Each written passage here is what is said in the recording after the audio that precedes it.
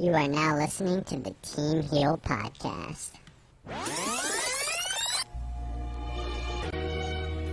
Describe what Marcellus Wallace looked like. What? Say what again? Say what again? I dare you. I double dare you, motherfucker. Say what one more goddamn time. What? He looked like a bitch. It's still real to me, damn it!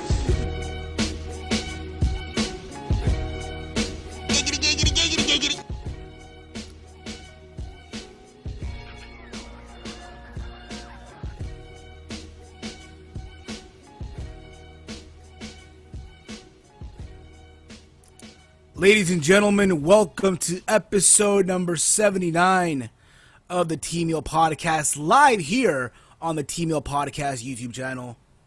Thank you all. You're all far too kind. Absolutely, yes. Again, we thank you all for tuning in live, whether it be here live on the stream or on the playback or on iTunes, Stitcher Radio, ShoutEngine.com. This podcast will be available for download at the conclusion of the stream for all your downloadable purposes, whether it be on mobile devices, tablets, laptops, what have you. So there is no excuse on where you can tune in and listen to this humble little podcast that we do every Friday for all of you wonderful, wonderful wrestling fans out there all over the world. Doesn't matter where you're from. All right. As always, guys, I am Heel Steven. And I'm joined here by my boy here. The guy's been here all since day one with me. The man himself, wearing a Yankees hat, not a Giants hat. But spring season's almost here. Knowledge of wrestling. Yeah, I won the Giants hat last time, but baseball season, it's coming right back, so it is, wait. Right? Yeah, it is, absolutely. And we're also joined here by my other boy. You see me sometime on his channel when we do the MMA reviews, UFC most of the time. And yeah, the man himself, Chase Oliver 68.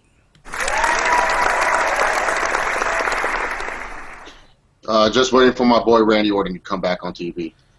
And for Cockfist to win at Fastlane, right? Well, he's going to destroy the farm animal. It's going to be amazing. Indeed he is. And also, we're joined also here by our good friend, your good friend, the man himself. He's wearing a CM Punk shirt, or now the MMA fighter shirt. He's wearing a Daniel Bryan Scully. He has headphones on. He has his thing on the bottom. The man himself, the PW Outsider. What's up, guys? What's up? I was originally going to wear my Daniel Bryan Yes shirt just for Chase Oliver, but I figured the hat would do because Chase loves Daniel Bryan. He really does. Let me just make this clear, people. I don't dislike Daniel Bryan as much as other wrestlers. Like, Garbage Man is my most hated wrestler right now in wrestling. It's a tie between him and Gunner of my two least favorite wrestlers currently wrestling today. But Daniel Bryan, I just never liked him in the independents because he always feuded with dudes I like. I prefer Nigel McGuinness over Daniel Bryan. Sorry, that's just the truth. And I prefer Homicide over Daniel Bryan. Sorry, but that's just the truth. And when it comes down to Daniel Bryan, he's a good worker, but he's not someone you build your company around because he's a farm animal. Cockfist, now that guy, he ain't a farm animal. There you go. All hail the Cockfist. The Cockfist. One in Fastlane. Oh, yeah. Indeed, cocked, locked, and ready to rock. Cocked and locked and ready to rock. That actually rhymes to an extent. Mm-hmm. I digress. Gentlemen, how have you all been this week?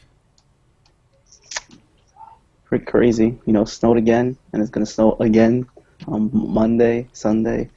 It's crazy. Yeah, indeed it is. Indeed it is. I'm hoping with the snow that we have no school, but then again, what can you really expect, right? I mean, in a perfect world, shit. When you get snow, for example, this past Monday, it snowed, and we had a delayed opening, right? And it's funny because my chef, who was my instructor, she texted me like, "Hey, good morning. Be aware that we'll have a delayed opening. We'll start at 10 a.m. So I got to the school, whatever. We were in the kitchen for like 3 hours. It just felt very weird, Because normally for a lot of people, when you have a delayed opening, it means like, hey, fuck it, I don't got to go to school today and shit, right? Most of the time. Hey, come on, man. I mean, hey, it is what it is. Like, come on. I'll be honest, right? When I was a kid, I would always, whenever I hear the weatherman, whether it be Stormfields or Mr. G or whoever the fuck it is, or the guys from Telemundo or Univision, right? I'd always hear them say, "Oh, we're gonna get massive snow. Oh my God, no school tomorrow, and this and that." And I'd always be amped up about it. I'd always get soup. I'd always be excited, and I'm like, "Fucking no school tomorrow." I didn't do the homework and shit. I go to sleep all excited, happy. I wake up and the birds are chirping. The sun is out. I'm like, "Fuck." Confident with those fucking people, man. Like I'm gonna go kill them. That's how I wake up every morning. Sun is out, birds are chirping. I don't know what you guys are talking about with these weather problems. Well, you live on the West Coast, so you guys barely have snow, except in that one movie on the Disney Channel. No, West Coast does get snow, believe it or not. We do get snow. It's just Los Angeles, California has a bowl around it, and anytime snow tries to hit it, like if you go to San Fran has snow. Like San Fran will snow during the winter time. It's just LA. The snow just doesn't come here. Indeed, it doesn't. Lucky fucks. But it is what it is, It is what it is. And I keep on saying that. I don't know why, but... It is what it is. It is what it is. Oh, yeah. Oh, yeah, dig it. Elizabeth, don't leave the house. I got 6 TV dinners waiting for you. Don't leave the house. Oh, yeah, dig it. But a lot of things have happened this week in wrestling. To an extent, building up to Fastlane. TNA recently had Lockdown that just finished. I just watched it myself. A lot of things have happened. There's been some news, controversy, what have you. So let's get started with this, guys. If you guys want to call in, the number's on the screen, also in the description, 718-473-0813. You call in, we shoot the shit with you. You ask us any question you want regarding wrestling, and we'll see what happens after. But don't call right away. We'll tell you when to call. All right, so hold your horses, people. I know a lot of you want to call in, but chillax, guys, chillax. Raw this past Monday. What can I say about it? I mean, it was there, right? Actually, it was kind of decent. I enjoyed the. Oh, go ahead, Chase. It was like good in-ring action, but storyline-wise, it was just kind of meh. Yeah. I understand. I enjoyed the Triple H podcast more than I did Raw. Which we'll get into in a bit. Yeah. I think the big thing that came out of Raw was that they announced that the main event of that Raw was going to be Seth Rollins versus Daniel Bryan, and the winner of that match was going to face Roman Reigns at Fastlane, and the winner of that match was going to face Brock Lesnar at WrestleMania for the WWE World Heavyweight title. And that really had a lot of people amped up, had a lot of people going berserk, because again, a lot of people was assuming, oh yes, finally, yes, WWE can do the right thing, it's gonna happen, guys, great, awesome, I can't wait, I am marking out. You know how these smarks get. Let's be honest here. Yeah.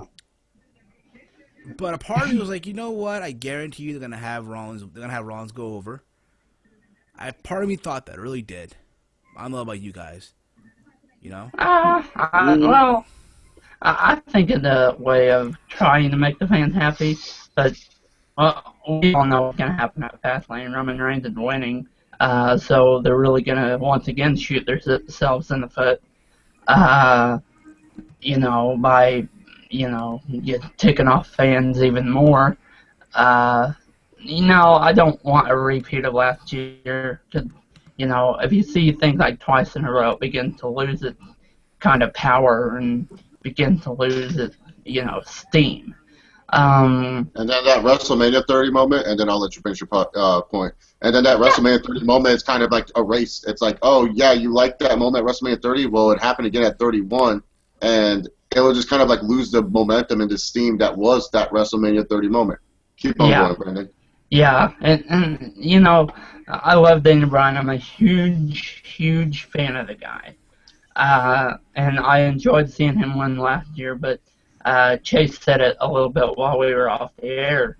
This is someone that you don't want to build your company around. I don't think Daniel Bryan has would it take to carry the company? In my opinion, neither did Roman Reigns. I think Roman Reigns is lacking a massive amount of charisma, at least when it comes to scripted promos. I've said that before. Vince just needs to let him get out there and, do his own thing, at least when it comes to on the stick. But right now, I don't think Roman Reigns is the guy either. And really right now, if I'm going too long, please cut me off. The only guy in this company right now, that I think out of the young studs that they have, I think Seth Rollins is a dude that's more ready than everyone else. That's just my opinion. And for all these people that say I don't like indie guys, I just said Seth Rollins, so fuck you. Yeah, he's been he has a match of the year at the Royal Rumble, so it could be his time soon. Yeah, and he tore it up on Monday with Daniel Bryan. That was a great main event. Daniel Bryan That could have been a good pay-per-view match. Yeah. Again, I always said this before, and I'll say it again. I always feel like those two guys could easily, years from now, have like one of the biggest feuds in WWE. Yeah, it could be amazing. You can see it. I want to say main event, but maybe I didn't say main event. I said like just the main event. I think Seth Rollins could carry, especially the heel character he is now, facing up against the farm animal. I think if Seth Rollins went into the ring and he was a champion, I'm not saying this year, I'm saying like a couple years from now, and Farm Animal was a champion and he's taking on Seth Rollins as a major heel, I think it could work as a main event for Mania, for sure. Absolutely. You know what I would make Daniel Bryan? I would make Daniel Bryan the longest reigning Intercontinental Champion of the modern era, of this era. That's useless. That's a waste. The smart stuff. I know it. Well, I know it's useless, and I know that the fan would probably be like, "Oh, Daniel Bryan being relegated to the Intercontinental title." Look at Dean Ambrose; he's getting relegated. To Yeah, which we're gonna get into in a bit also. Definitely. But yeah, I mean that was that. But anywho, on this show, Big Show versus Roman Reigns, where your WrestleMania, your Royal Rumble winner, who's headlining WrestleMania, who should be at this moment getting momentum, getting a build, right? You lose to fucking Big Show. What the fuck? I think that was his first singles loss. That was his first singles loss ever. Like, pinfall loss. That was his first pinfall loss ever. Yeah, that was all people, the fucking Big Show. Yeah. The fucking Big Show. Yeah. That was one of the most surprising things ever. I was like, holy crap. See, for all the people out there that think this guy's getting this John Cena treatment, he isn't. Because he wouldn't be losing to Big Show on Monday Night Raw. And for all you people who are saying this is the next Cena, and that this guy's going to be the future face of the company, there's only one face of the company, and that's John Felix Anthony Cena. And until he's gone, no one else will take him over. You need to build another dude who is like Cena to replace fucking Cena. But you people want to still see Cena, so go right ahead. It's ridiculous that Roman Reigns is losing to Big Show. Big Show. Like, fuck. At least make him lose to Rusev. Make Rusev look like a threat to fucking Cena. No, he loses to Big Show. Why do you need to push Big Show? Like, fuck off, dude. Or at least a corporate Kane. Make him lose a corporate Kane. Fuck. Why Kane? Corporate Kane? No, leader of Big Show. That's even worse. That's even worse. Yeah, Kane is an even bigger joke than the Big Show is. Yeah, dude. Big Show's at least won some pay-per-view matches. Kane hasn't won a pay-per-view match since WrestleMania 29. I haven't been able to take Big Show seriously since I've seen him cry for 1 year straight. I was like, there was 1 year where Big Show was just crying for the whole year. I was like, good God. Absolutely.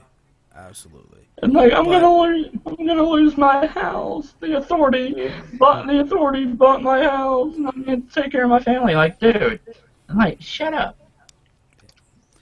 After that, we'll put out here. We had the Ascension beating Stardust and Goldust.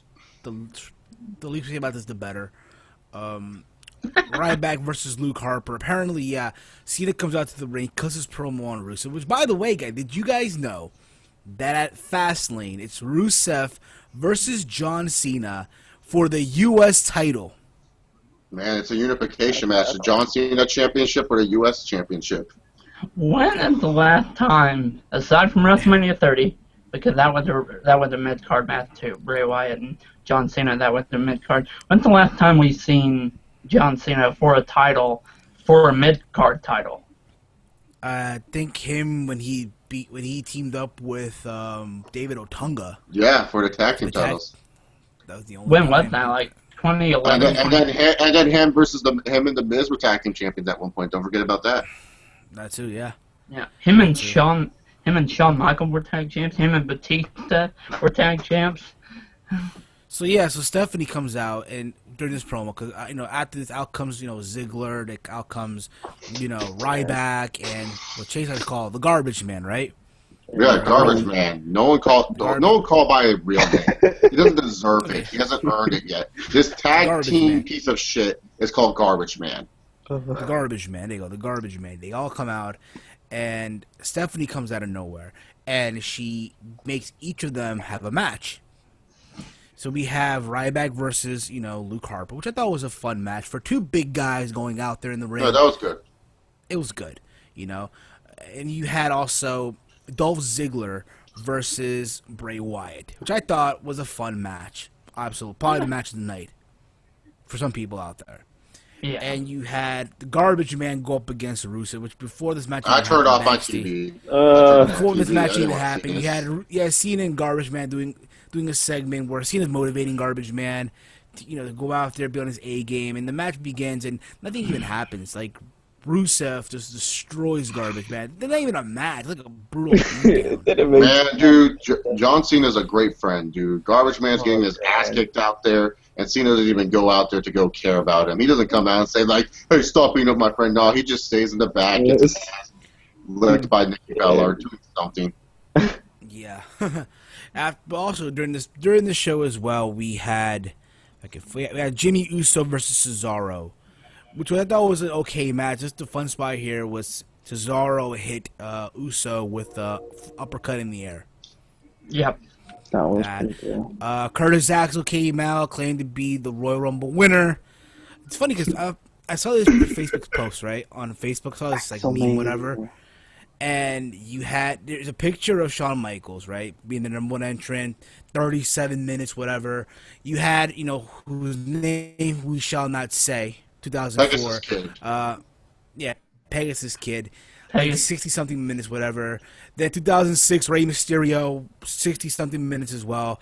In the bottom, you have Curtis Axel. A week, bitches. 8 days. Yeah, it's in 8 days. Yeah. He comes out there out of nowhere. Ambrose comes out, beats the fuck out of him. Ambrose now wants a shot at the Intercontinental title. Yeah, this segment pissed me off because I actually like Curtis Axel. I think Curtis Axel, even though he's a bum sometimes, he's actually good in the ring. So you could actually use him for something. But it's like you waste this potential of actually a decent storyline of Curtis Axel being delusional, thinking he won the Royal Rumble. This guy could be a good character off of this, and yet you waste it. You have him get jobbed out by Dean Ambrose. And then Dean Ambrose, I feel bad for this guy. A talented dude, should be doing so much better things. But his character is so lost in the shuffle. His character's like, oh yeah, I saw some pictures at WWE headquarters. I want to be on those pictures. Let me win a title. Dean Ambrose, do you not remember that you were on those pictures for 200 and some odd days when you're U.S. champ? Did they just tell Dean Ambrose, go out there and be an idiot? Is that what they literally do with Dean Ambrose? They say, Dean Ambrose, you know what? Go out there, act as stupid as you can be. Because that's what we think is best for your character. Man, that sucks. This is the guy that beat John Cena, too. Yeah, I think Curtis Axel would have some good storylines if they never let that dude touch a mic. Yeah, no, I'm not saying touch a mic. You just have it with Curtis Axel, you have it with Curtis Axel believes he's in the main event. Like, how funny would it be for the WrestleMania main event? Right. It's like, just like as a joke spot before the main event starts, you hear Curtis Axel's music hit comes out, and he's like, I'm in the main event, baby, let's go. And then that way you could get someone to rub there where it's like Roman Reigns just kicks the fuck out Curtis Axel, and Axel just leaves. Or you have Axel keep on trying to interfere, and then one day, Axel just gets super over from this, that they're like, you know what, Axel? Go get your title shot, and everyone's all fucking stoked because Curtis Axel is getting the title shot. It would work for a heel guy because with Axel doing this, people will find it hilarious. Make him a babyface. You have Axel babyface versus fuck it. Why am I even trying to book this? This is WWE. It doesn't make too much sense. Why am I trying to book this? Yeah, I mean, how in the world did? And I'm asking you guys this: how in the world did like nothing from Mr. Perfect aside from the wrestling skills? How did his ability to talk on a mic not transfer to his son? Like, Okay, let's be real. Mr. Perfect wasn't really a good talker. Let's be real. I mean, he had great he good vignettes. There's a difference between doing vignettes and actually cutting a promo. Like, Mr. Perfect, he was just charismatic looking, and he was able to do little things right. He didn't say too much. Like, Perfect wasn't really the best talker out there. Well, yeah, exactly what you said. He knew when to talk and he knew when to not. Like, but let's not forget, back then, they were given more free reign than they are today. Today, Vince is like, oh, you gotta be on a script, pieces of shit. It's like, I'm gonna write this script for you and you're gonna stick to it. You're gonna stick to it. You're gonna stick to it unless I tell you to do so. Absolutely. You're gonna like it. Or if not, you're fired. Or you have to join that special club that Vince McMahon has, but, you know. Yeah, kiss my dairy club. That's not PG, man. Yeah, you can't do that. You can't have people kissing each other hind ends on TV. Paige defeated Alicia Fox. I mean, again, just to build up for Paige versus Nikki Bella at Fastlane for the Divas title. The Miz lost to Sin Cara. Well, that's pretty cool. I think the Miz. Interference by Mizdow, which, mind you, by the way, before the match, there was a backstage segment with Miz and Mizdow. They're backstage. I think Mizdow making Miz some coffee or espresso, or whatever. And a guy asked for an autograph from Mizdow. Mizdow signs it. Miz rips it apart and fires Mizdow as a stunt double. Now he's Miz's personal assistant. All right, hold on. There's two things I gotta bring up because, first of all, fuck you WWE, you racist piece of shits. Then Black History Month, and we take the whitest person on our damn roster, and we make her embarrassed that her fucking skin became black. Fuck you, WWE, racist fucks. Yeah, I had a problem with that too. I was like, that was racist as fuck, man. Like, she's like, okay, I get it. The Bellas, their characters are supposed to be mean girls and all that other stuff, but it's like, really, it's like the skin jokes. You can't make other insults at the Paige character. There's more insults to make besides her fucking pale skin. And the fact that you made it where it's like, oh, she's embarrassed because she's black, it's so disgraceful to Black History Month. And that's just me. Yeah. But also to the next segment that we were talking about, I totally forgot because Brendan was trying to talk when I was saying something. I'm sorry, man. What was the next segment we talked about, Steven? What was the? Oh yeah, the only reason why Sin Cara won was because they're going to Mexico soon. Yep, that's what it is. There you go. Sin Cara's I was gonna say. By the way, did you hear what they're going to do with Kalisto? Yeah, that's pretty. I read rumors about it. I read rumors about it. Apparently, what they're going to do is they're going to give him a gay hairstyles gimmick. Apparently, he tried it out, and officials liked it. Now, I've also read that WWE's denying this. Like, it's not true. It's not true. I hope they deny it. Because you think about it, right? You look at Kalisto or Samurai Del Sol, right? Talented performer. From what it looks like, they're going to make him be the next Rey Mysterio. Pretty much. That's the idea. And you go from Samurai Del Sol to Kalisto, which I'm fine with, now to a Rico 2.0. If they go this route. If they do go this route, of course. And like, his gimmick wouldn't work because, like, you already have, like, Tyler Breeze, who pretty much is that gimmick if you think about it, so. Yeah, that's true. Yeah, they better keep. If you wonder what I'm drinking right now, I'm drinking soda from Brazil. Guaraná. Okay. Guaraná soda, yeah. From Brazil. Fucking amazing.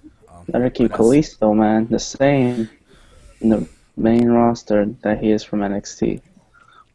Yeah, and then the main event, obviously. The main event was Rollins and Bryan, which I thought was a phenomenal match as well. Yeah, a lot of the indie guys were going crazy. Yeah, WrestleMania main event here.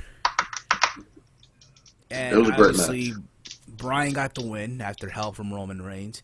Roman Reigns did a fucking super spear on the Big Show. I don't know if you guys caught that, Dude, however. and I don't know why people hate this guy. I mean, how many of you motherfuckers can jump in the air and do a spear like that? None of y'all, so shut up. If you want to talk about high flying and spots, there you go, a jumping fucking spear.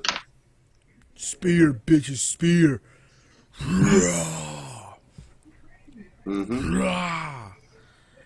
But that's that. Yeah, guys, if you want to call in, call in 718-473-0813. You dial in. It's toll-free, guys. Completely toll-free. You give us your take on Raw, if you enjoyed it or not, or anything you want to talk about as well. Come on in, call in. It's completely toll-free, guys. What are you waiting for? Right, but that was Raw, overall. So now we know that at Fastlane, we're going to have Daniel Bryan versus Roman Reigns. Mm-hmm. Now, I think all of us know what's going to happen. Oh, yeah. Yep. We all know what's going to happen here. Going to be the swerve. A lot of people think Bryan's going to win. I know a lot of people want Bryan to win, but it's not going to happen.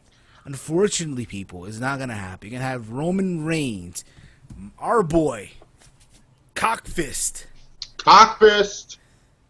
winning by some interference, most likely. I've read Ziggler, but I really doubt that. I also report that what they're planning on doing is have Ziggler teaming up with Ryback in a WrestleMania match. That's just the dumbest thing I've ever read in my life. Ziggler and Ryback. Well, who are they going to face? J&J Security? Big Show and Kane? Like, no, seriously, who... It's like, this is like so dumb because see, Ziggler and Ryback are two singles dudes that you should be thinking about, like saying, hey, we should actually make these guys worth people's time to actually care about. I mean, okay, I'm not the biggest Dolph Ziggler dude in the world, but I know this guy's talented, and I know this guy serves his place on the roster. Instead of wasting his time teaming up with Ryback, I don't know, give Ziggler him versus Bryan, or if you want to turn Sheamus heel. Instead of doing Bryan versus Sheamus, do Sheamus Ziggler. That would be a good fucking fresh matchup, I would say. I haven't seen Sheamus and Ziggler in a while, and that could be a decent WrestleMania mid-card match. And fucking Ryback should be ending Rusev's undefeated bullshit. But no, they're going to team them up to face either J&J Security or Big Show and Kane. Like, is that the best way to use these two characters? It's like, it's just stupid. And it's funny because if you watch SmackDown, now mind you, I didn't watch. I caught the clips on YouTube. There was, I think, Ryback and Ziggler had a match against Golden Stardust. I think that was the two that they faced. And at the end of the match, they got an interview, whatever, backstage, and Dolph Ziggler's rocking a belt, says the little guy. Oh my God. Think about it. Ryback's the big guy. Dolph Ziggler's the little guy. I mean, okay, here's the thing. I would love this tag team if they were both former world champions that used to, like, feud with each other, and they hated each other, and then they were forced to tag team each other, and then they started, like, mocking each other. That'd be a great team. But this right here is just stupid on so many fucking levels. The little guy. This is a case You might as well just kept Ryback with Curtis Axel. Oh, Lord. Oh, Lord. No. This is a case where creative has absolutely nothing for Ryback or Ziggler. You guys, I mean, you were in a big authority storyline, and now, yeah, Like, down in the shit. Who knew the authority storyline would lead to this? Yeah, the sole survivor, Dolph Ziggler. Yep. And really, that Survivor Series match didn't even matter. Because what? Cena brought him back. I thought it did, though. People thought Ziggler was getting a big push now. Oh, see, that's another thing you could do, too, with Ziggler. You could have it where Ziggler fucking betrays Cena during the Rusev match and just say, like, John, you brought back the authority type of deal. Like, fuck off, WWE. What? Do you really need to give Big Show and Kane a pay-per-view match at Mania? This is what pisses me off, is that they're only teaming up to face Big Show and Kane. They were in the Final Four. You gotta give them a Mania match. Oh, man. Oh, God. Every time I see Big Show, I can't help but laugh. I mean, it's like, oh, Big Show. I'm like, Well, it's the Big Show. I'm like, you used to be Big Show. You used to be so cool. Big Show and Kane. Big Show Remember- Kane, guys. Remember that fatal 4-way at WrestleMania 2000 between Mick Foley, The Rock, Triple H, and The Big Show? Yeah, that was a great match. Now what if Big Show came to? Like, what the heck? Yeah. Anywho, yeah, after this, after rolling on the air, we had the Stone Cold Steve Austin podcast. That was very anticipated. A special guest, Triple H. The game mug. And I'll be honest, I thought this was a very, very entertaining podcast. Better than Old Big Man. Yeah, Let's be honest here. I'm slowly and surely becoming the mark for Triple H. Slowly. Indeed. But anywho, yeah, the podcast overall, I thought it was enjoyable. You can clearly tell that, even Triple H admits that, hey, 3 hours of Raw is crazy. He wishes that Raw was 2 hours. Yep. Then again, I think all of us do, right? Which is very telling. And again, it proves that Triple H is, kind of on the same wavelength as, we are. He, kind of... No, not really, because remember, Vince wanted The Rock to wrestle at this year's WrestleMania for the title. Triple H wanted Roman Reigns. He's clearly not on your same wavelength. He's on the wavelength when it comes to how the business should be run, but when it comes to your favorite superstars, That's what I meant. That's what I meant. He's on the same wavelength in the terms of how I want the company run. And, He also said that, you know what, kayfabe died. And no, we don't mean kayfabe. Kayfabe has died for years. We all knew this already. Let's not kid ourselves here. The internet. What year did you guys feel like kayfabe really died? I felt like 2007. That's when kayfabe was like completely dead. 07, 08. Yeah, say early that, I'd say.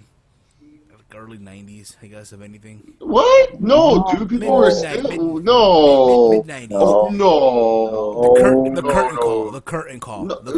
What? Steven, we're talking about, like, when fans were actually believing the fucking story. Like, people still fucking believe that shit that they were doing in 03, 04, 05, man. Like, John Cena, if KP was truly dead, Steven, John Cena would not be a main eventer. People would have made sure this guy would have never touched the title the first time. They would have been like, no, Eddie Guerrero, Pegasus Kid, and Chris Jericho should be champions. Y2J, Y2J, Y2J, Y2J. So no. Okay, if we're going that route, then yeah, I would say 2007. Okay, that's what I'm talking about. I'm not talking about like one occurrence. Like, I'm talking about like actual kayfabe dying where people actually sat down and enjoyed the storylines for what they were. Yeah. I got you. Yeah. Sorry. Early 90s, goddamn. Yeah, dude. Wrestling would have been dead if that was the case. Oh, yeah. Indeed, it would be. But now kayfabe's real based off this podcast, too.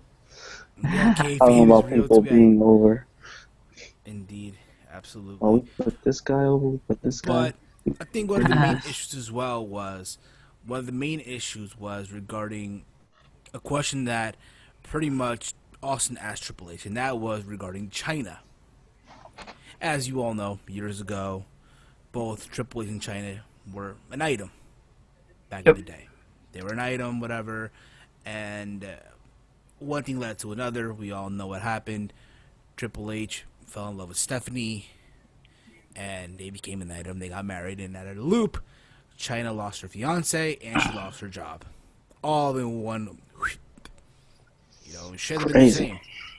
And one of the questions was that, could we see China in the WWE Hall of Fame? And Triple H, in his words, says, you know what? It could be. Yes, China is one of the first, power women in WWE, which is to an extent true. You think of power women, you think of China. Am I right? Yeah. And one of the things he also said, the problem, though, is that if there's an 8-year-old who's wondering who is China, now I'm paraphrasing here. I'm not going to go exactly every word that he said. No. If I have an 8-year-old out there, Google searching, wondering who the hell is China, and they're the Google searcher, they would see China and some other things that, we all know that, hey, she had a porn career in pornography. And that really lit a fire on a lot of people. And my take is this, and do I agree with what he said? No, honestly. But to an extent, I can understand. You're looking at this, because I think a lot of fans are looking at this from a fan's perspective, but you don't look at this from a parent perspective. Mind you, all of us here, we're not parents, right? We're not parents, not that we know of, right? We don't have any kids, right? Not that we know of course. I have, I'm not ready for that shit. but I'm an uncle.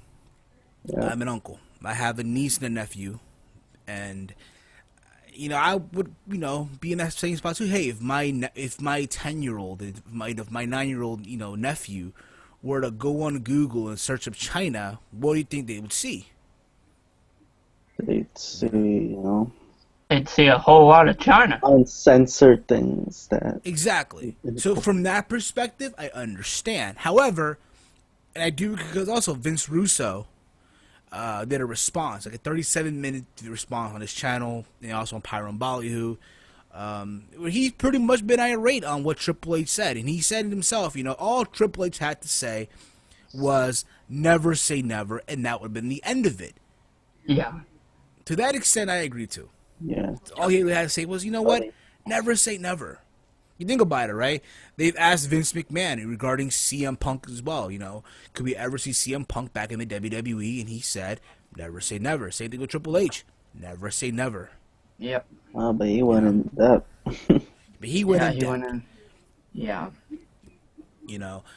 Again, it's one of those situations where, it's fucked up. Absolutely. Don't get me wrong. You didn't have to go all in depth like that. But if you're a parent out there, right, I can understand your point of view.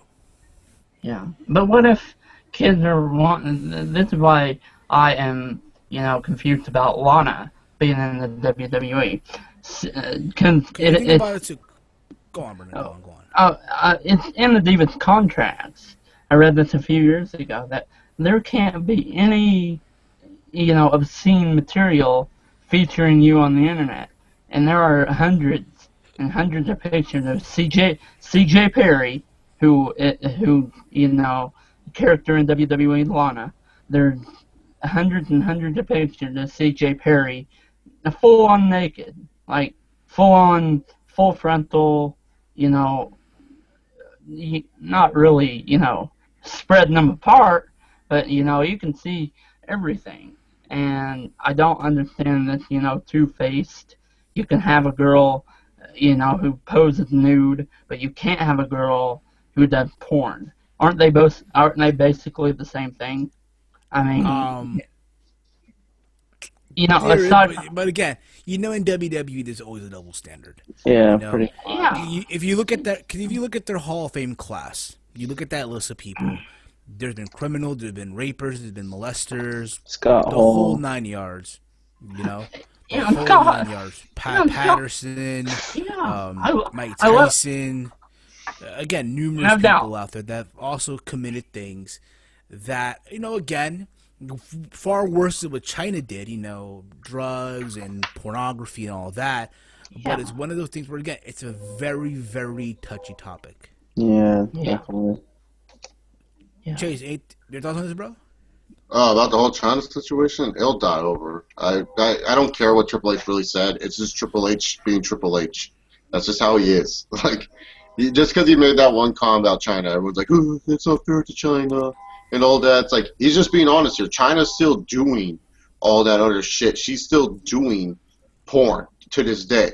I mean, if you look up Mike Tyson, does Mike Tyson's freaking arrest ever really pop up on Google? Yes, it does.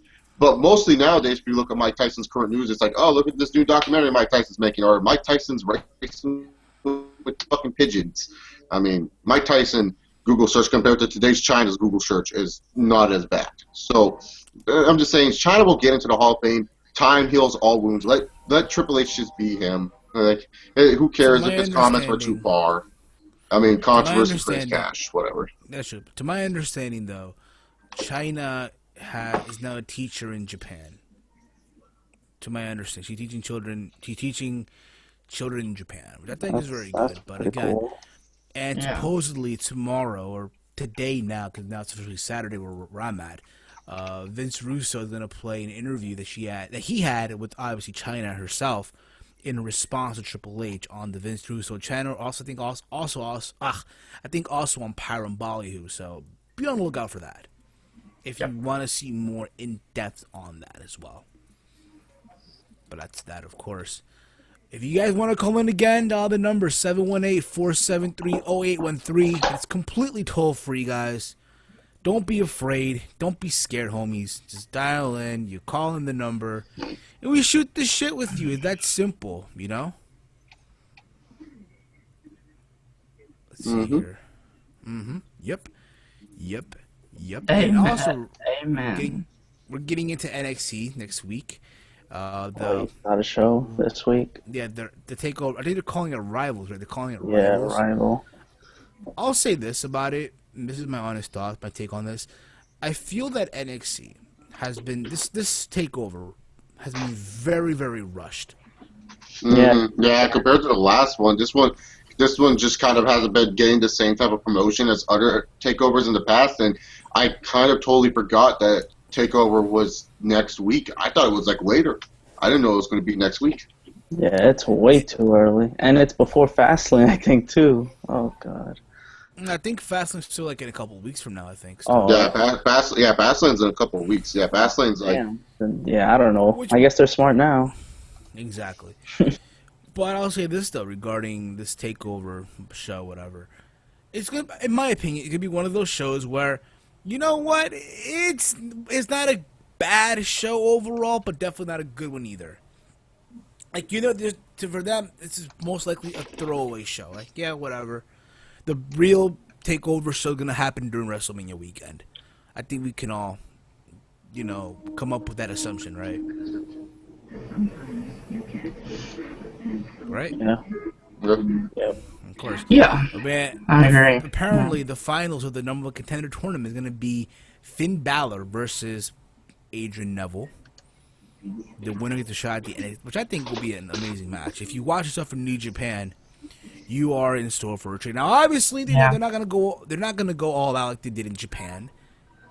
But hey, the American audience is in store for a treat. Yeah, it'll be a good match. Yeah, that'll be a good match. This is the match that apparently got Triple H to sign Adrian Neville in Japan. When they had their match in New Japan, whatever, that was the match that got, you know, Neville signed. At the time, he was Pac. Well, there you go. You know, so. And also the main event is Kevin Owens versus Sami Zayn for the NXT World title. That match is going to be so sick. No matter how many times those guys, times those guys get in the ring together, like, I never get bored of it. Like, I'll be honest though. I'll be very honest with you guys. I feel like this match is just a throwaway match. Like, there's not going to be a winner. There's not going to be a loser. This is likely to end in a disqualification or a no contest. I'll be surprised. And I'll say this: Sami Zayn's promos heading into this, I'm not buying them. He sounds like the same Sami Zayn that he always does. He's not like really selling to the fact that he feels betrayed. He just seems like, okay, I got to read the script. I'll go do it. Like, Kevin Owens is doing great, but Sami Zayn, like, on his end, he's like doing really bad at selling me this match. It's just him personally. I'm just being honest here, and I like Sami Zayn. Me too. But I would be really surprised if Kevin Owens comes out of TakeOver with the title. Hey man, you gotta do what you gotta do, and if they're gonna really push him all the way, you know, he's just gonna have to take it. And then near their big event, they're probably gonna have a big event near Mania. But that'll be so close. That'll be only like a week build, like 4-week build again. Well, in that promo, Kevin Owens made me believe he was gonna get that title. He's like, I'm gonna win the title 2 months to the day that I made my debut. Like, he said that in the video, and I'm like, huh. I'm like, okay. I like his line delivery on that. I love the line delivery. So like, he actually made me believe it there. Which could be, absolutely. It really could be. It really can. But it's one of those things, again, where this could really go far out. The build of this, right? It would be really stupid, in my opinion. Mind you, I am a Kevin Owens fan. I've always been a fan of his. But I've been even Kevin Steen. Hell, I had a guy do an intro for my channel years ago, thanks to Gavin. But the point is, though, I don't think he needs to win the title right now. Yeah, sure, he will win the title, most likely, but if anything, it'll be probably at that Mania weekend show, Right. in California. And also, from what it looks like, they're gonna also add, what's this match? Hideo Itami versus Tyler Breeze. Wow, we've seen this already on NXT. Yeah, but apparently, if you guys watched this week's episode, Hideo Itami did an interview backstage, and Tyler Breeze attacked him. So Attacked him. I don't know how to really feel about that match. I mean, they need something for both guys to do, so that's what it yeah, I guess, but it's just like, they put them together. Although Tyler Breeze looks like he's about to feud with someone else though after this. I get that feeling too. I really do. But we'll see what happens here. Let us know your guys. Let us know your thoughts down below in the comments. Who do you see winning this takeover match between Kevin Owens and Sami Zayn? Who do you see win the tournament? Or if not, call in. And Call in, guys. 718-473-0813 is toll free, guys. Don't be afraid to call the in. women's match is Fatal 4-Way, right? Yeah, it's Bailey, and we got a live call here. Unknown phone number calling. Unknown. Let's see who it is. We're getting a prank call. What the heck? Unknown caller. What's your name and where you're from? Hello. We And they hung up. cannot hear you. Did they hang up? They did hang up. Whoever the hell you are, might well call in again. But whatever. That's around the point. Bailey's winning that. Bailey's winning this I one. think she Oh might yeah. too. Well, I hope Sasha Banks wins it. I think Sasha Banks should win. Yeah. I want Sasha to win. That's my girl right there. She needs to win that match, man. Sasha I wouldn't mind Banks. Bayley, Sasha though. Banks be ratchet. She be ratchet. I mean, obviously, what if Becky Lynch wins this shit? That'd be the funniest thing ever. God. I'll probably laugh my ass off. What's the deal with Carmella and Lana? They're going back and forth on Twitter. Who cares? He knows Twitter. It's Twitter, Oh, what guys. the Come on. fuck, Carmel? It's I was Twitter. mad that she was even on NXT this week. I It's think like, she like squashed Emma. it's like It's Enzo Twitter, and guys. Come on. Enzo and Kaz, man. Enzo and Kaz and Carmella. There you go. But come on, though. I think I'm Twitter. like, I think I'm like one of the only few people that don't like Enzo Amore or Big Cass or their shtick. Really? Wow. It's like, my name is Enzo Amore. This is Big Cass, 7 feet tall, and you can't teach. Yeah, I'm like, what's so funny about him? It's like, oh my god, like I love corny gimmicks, and this gimmick is just, I don't dig it. I just don't dig it whatsoever. I rather prefer Zack Ryder doing this than fucking Enzo Amore. I think it's the way Enzo Amore talks. I just don't like how he talks. He sounds like he just quit smoking like 2 days ago or something. He's been smoking like for like all his life, and he finally just threw the cigarette down. He's like, "Hey guys, let's go. SAWFP swap." He probably smoked a pack a day when he was a kid. He probably Oh, did. no. Most likely he did. And then I'm Carmella, like, she's all right, but it's like her theme song's terrible. It's like Oh, Iggy I hate that fucking song. do. It's like, okay, I'm so fancy. It's like, goddamn. I think the Lucha Dragons are fighting too. Wouldn't be surprised to get the Yeah, rematch. the rematch. Are they facing Blake and Murphy? Yeah. Blake, What a don't original don't they sound like Gunner and Murphy to you from TNA? Yeah. God dang, do not remind me of that shitty team. But yeah, Blake and Murphy, dude. Like, what the? You can't call these guys something cool like axe grinders or like the meatheads or like douchebags. It's like, no, Blake and Murphy. Like, that's something you do on WWE Here Comes the Pain. I could do that on WWE Here Comes the Pain right now. That's not creative. Man, Blake and Murphy. Hey, guys, look. It's Blake and Murphy coming down the ring. Dude, it sounds...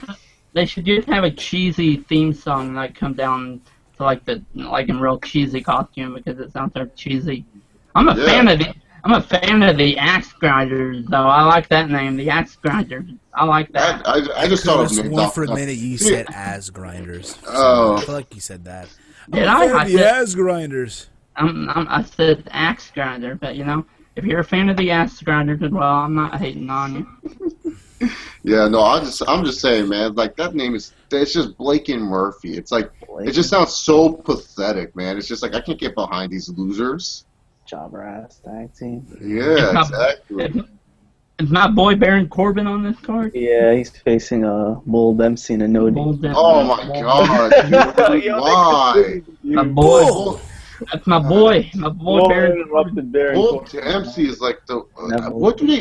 Seriously, I should just go to NXT right now and be like, hey guys, I can be Bull Dempsey for you. I'm pretty much built like Bull Dempsey. I could fucking be this cunt. Like, Might even win it because Baron Corbin beat him twice, so.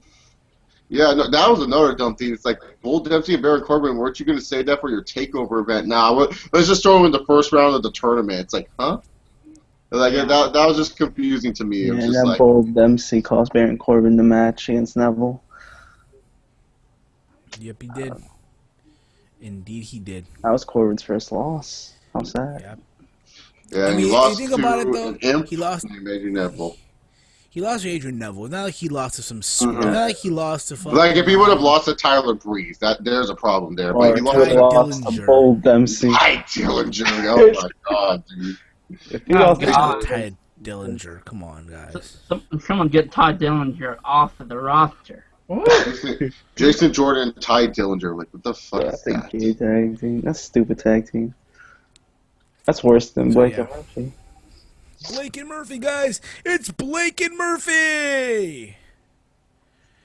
Gosh, I'm so. Their tag division's kind of fucked. It kind of sucks. It's like, at least it's not the Bravado brothers. Oh, yeah. Like, they could have given it to the Vaudevillains. Why did they give it to these guys? Indeed. I remember when I used to do NXT reviews, I said, dude, just you wait and see. They're going to make Blake and Murphy into the new hottest tag team. They're going to have them win the NXT tag shots and everything. I called that shit a long time ago.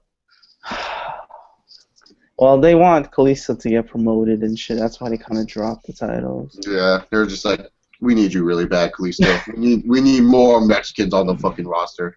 Don't worry, no, our Twitter social handler guy won't be making any mean jokes to you. Yeah. Well, it's like, I guarantee you after this NXT special and after WrestleMania, I think that Charlotte is going to end up getting called up after WrestleMania, I believe. Yeah, I could totally see Nikki Bella cutting a promo right now, and then she just does the same thing Paige did on her debut. Yeah, exactly. It happened. And then,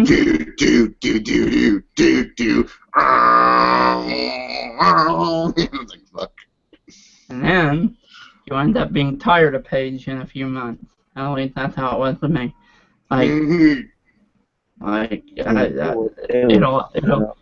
It'll end up the same way with Charlotte. Like, after a few months, I was like, what did they do to Paige? I'm like, Jesus.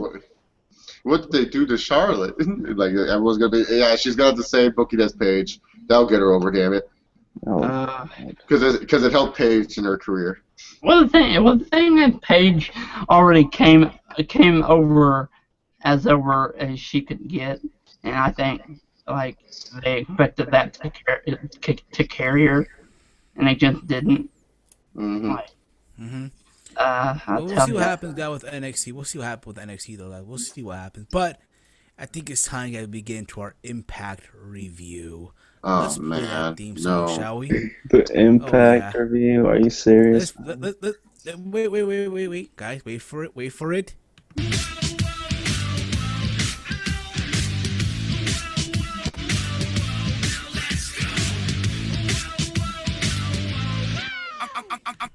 I'm breaking away. My son's like razor blade. A dirty display. I thought Monday Night Raw was gonna be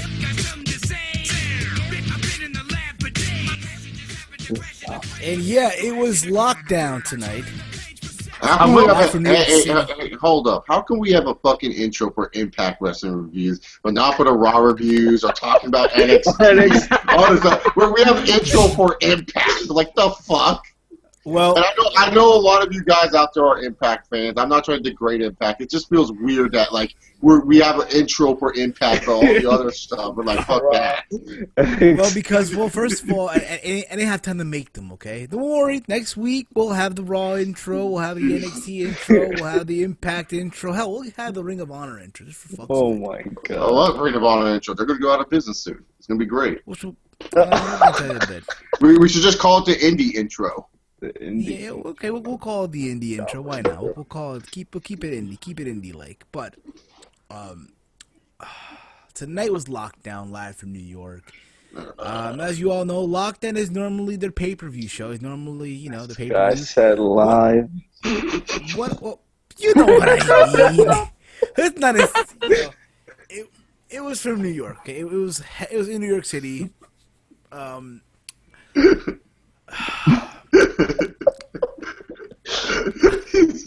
You know what? Sasuke, compa. Sasuke. Steven Type, what are you guys doing to me?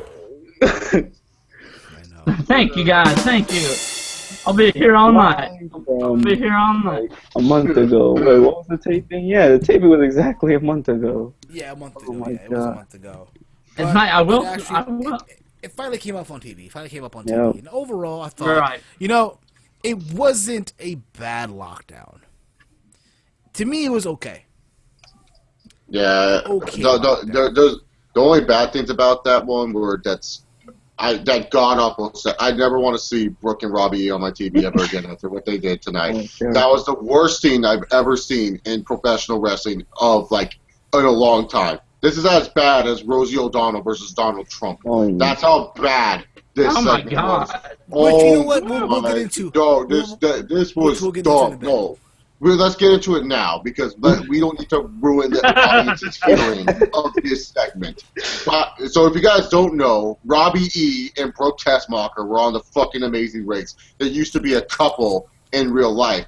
They broke up after the show. Boo fucking who. So TNA has been trying to force a Robbie E. and Brooke Tessmacher feud.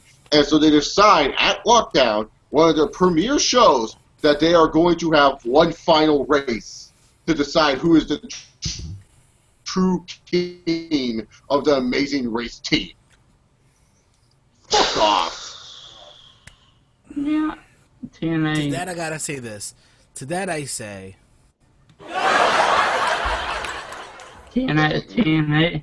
TNA can change what channel they're on, but they still, do the same thing they've always done. This is just why, when you have an event like Lockdown, why would you just fucking waste it with this shit?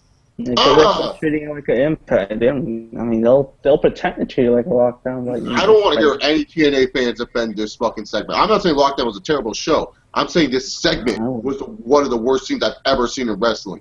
Don't try to defend this shit because you were the same motherfuckers who are bashing NXT for doing the same crap.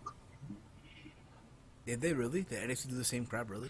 Yes, they did the fucking races on WWE NXT a long time ago, like Ryback and fucking Wade Barrett and Daniel Bryan were carrying fucking yeah, the cans. challenges. Oh god. Challenges. Yeah. That's what I'm saying. Yeah. Also, okay, so the show opened up with obviously every match was a cage match. Let's not kid ourselves here, okay? And it opened Six up with sides of steel.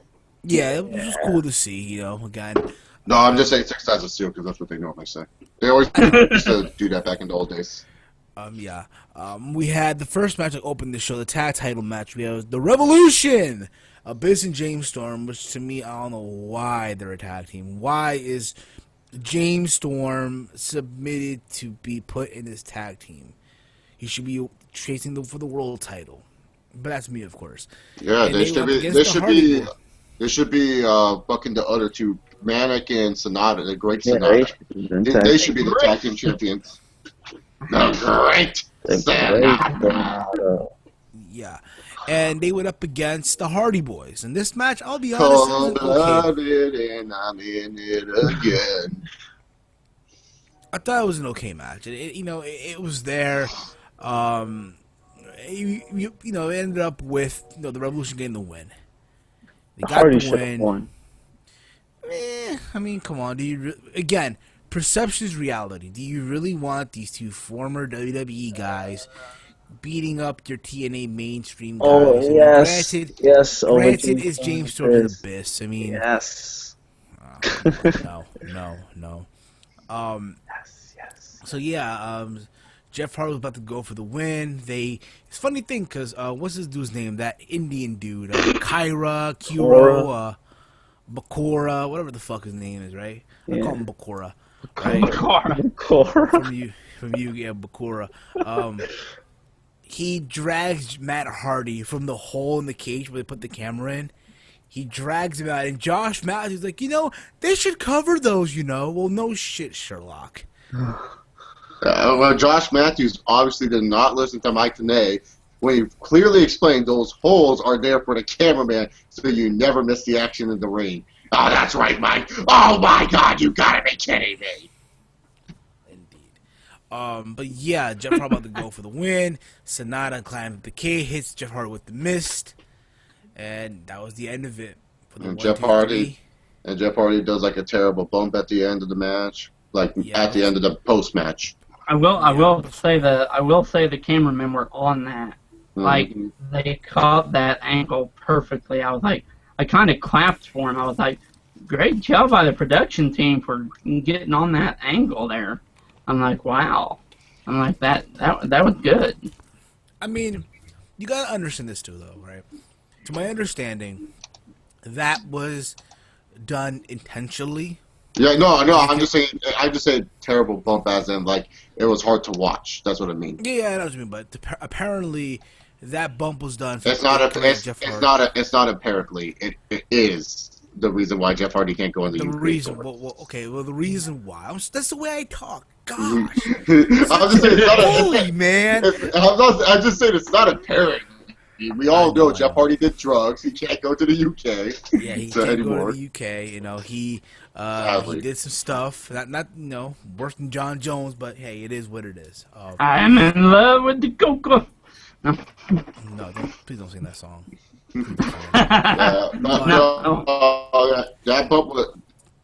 That bump was really cool. What Jeff Hardy did, it was just terrible to watch because I never want to see wrestlers try to kill themselves for my entertainment. What I mean by kill themselves, I mean doing stupid stuff like that, doing stuff that you shouldn't be doing. When I see indie guys go to the top of high school rafters, I'm like, why are you doing this to yourself? Stop trying to kill yourself. Just do a ladder spot. A ladder's much more safer. You guys do it a lot. You don't need to go above and beyond to impress me. You're already impressing me because you're going into that fucking ring in the first place. So it's just that bump was just really, really hard to watch for me. He sold it very well. It's just really hard to watch. But yeah, match itself was standard. Yeah. Yeah. Oh yeah, I hated the way he bounced off the step too. I was like. Yeah. After this, let me see here. 'Cause again, it's such a good show, right? It was such a good show. And a 5-star show. Don't jump too high. Don't jump too high. All right. No, this shows how I feel about every Impact. It's watchable at least. Yeah. We had Havoc versus Awesome Kong. This match, I'll be honest, I personally felt going in that, there's going to be a bigger match for them two down the line, in my opinion. Who felt that way? I felt it was there, but I do feel somewhere down the line, they're going to have a bigger match. I wonder if they'll drag that feud out until Bound for Glory. I wonder if they'll if they even have a Bound for Glory. Yeah. On Destination America. The Tokyo one failed so bad. Oh yeah, let's not even get to that Tokyo show. But Havoc and Awesome Kong was just, like you said, Steven, it was just kind of there. I was kind of disappointed of how it was booked a little bit because it was I was just expecting it to be more heavy hitting than it was. It just felt like these women went out there to try to do something different with two big women's wrestlers, but it's just like, look, you guys are two fucking beasts. Just beat the shit out of each other. Do what they do in the UFC. That's why the UFC's women's division is so popular. It's because these women beat each other up. We don't need to see you do scoop slams or power slams. Just hit each other with your fucking fists. So maybe there's a bigger match down the line. Who knows at this point? Is it me though, but or is it like? It was just right. All right. And I'm watching this match, and I'm looking at Awesome Kong or Karma, whatever you want to call it. And this is what pissed me off about the fucking match. Josh Matthews referenced Karma in her time in WWE. Why? Why reference the other fucking company? No one gives a fuck if she's been in WWE. Why mention it is beyond fucking me. Like, especially because, like, what's her highlight in the WWE? She came out, like, that one time and beat up the Bellas, and then that other time where she beat up Michael Cole. Like, that's not really anything to mention about. It wasn't like her WWE career was awesome in the first place, you know? No, it was not. So why, again, it's just something that really got to me. Like, come on, really? Fuck, where's Jim Ross when we need him? We can get rid of this bum. But That's fucked up. but it did though, like, and at the end of it though, Karma got the win. And I'll say this too, Awesome Kong. I'm sorry, gosh, Awesome Kong got the win. And I would say this: change her gloves.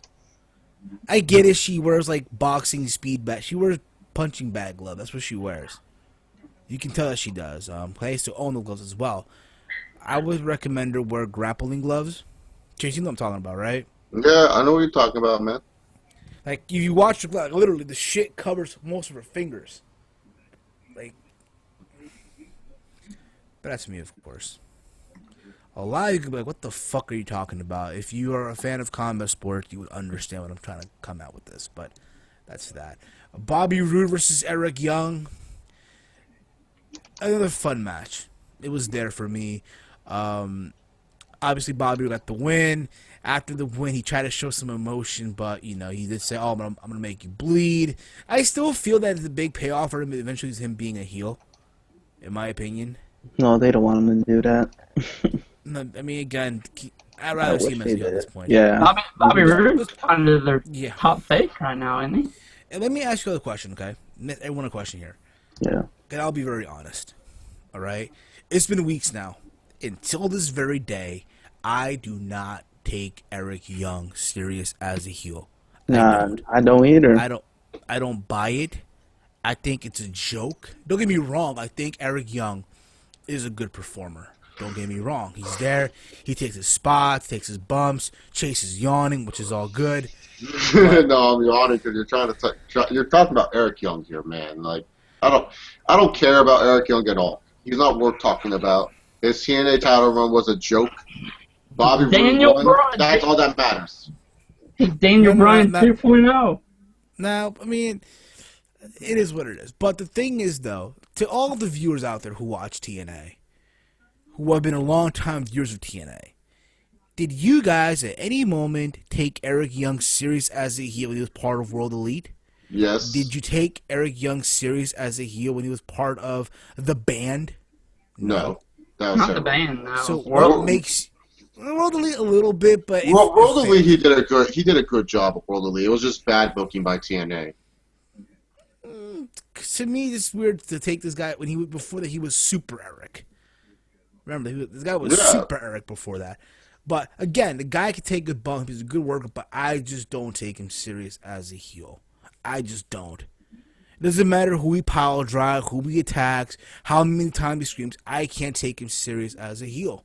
I think the big money in him is him, if they're, in TNA terms, is for him being a babyface. Yep. That's the route they should go.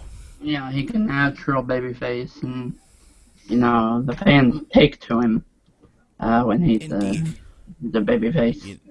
Exactly. And again, I'm not shitting on Eric Young.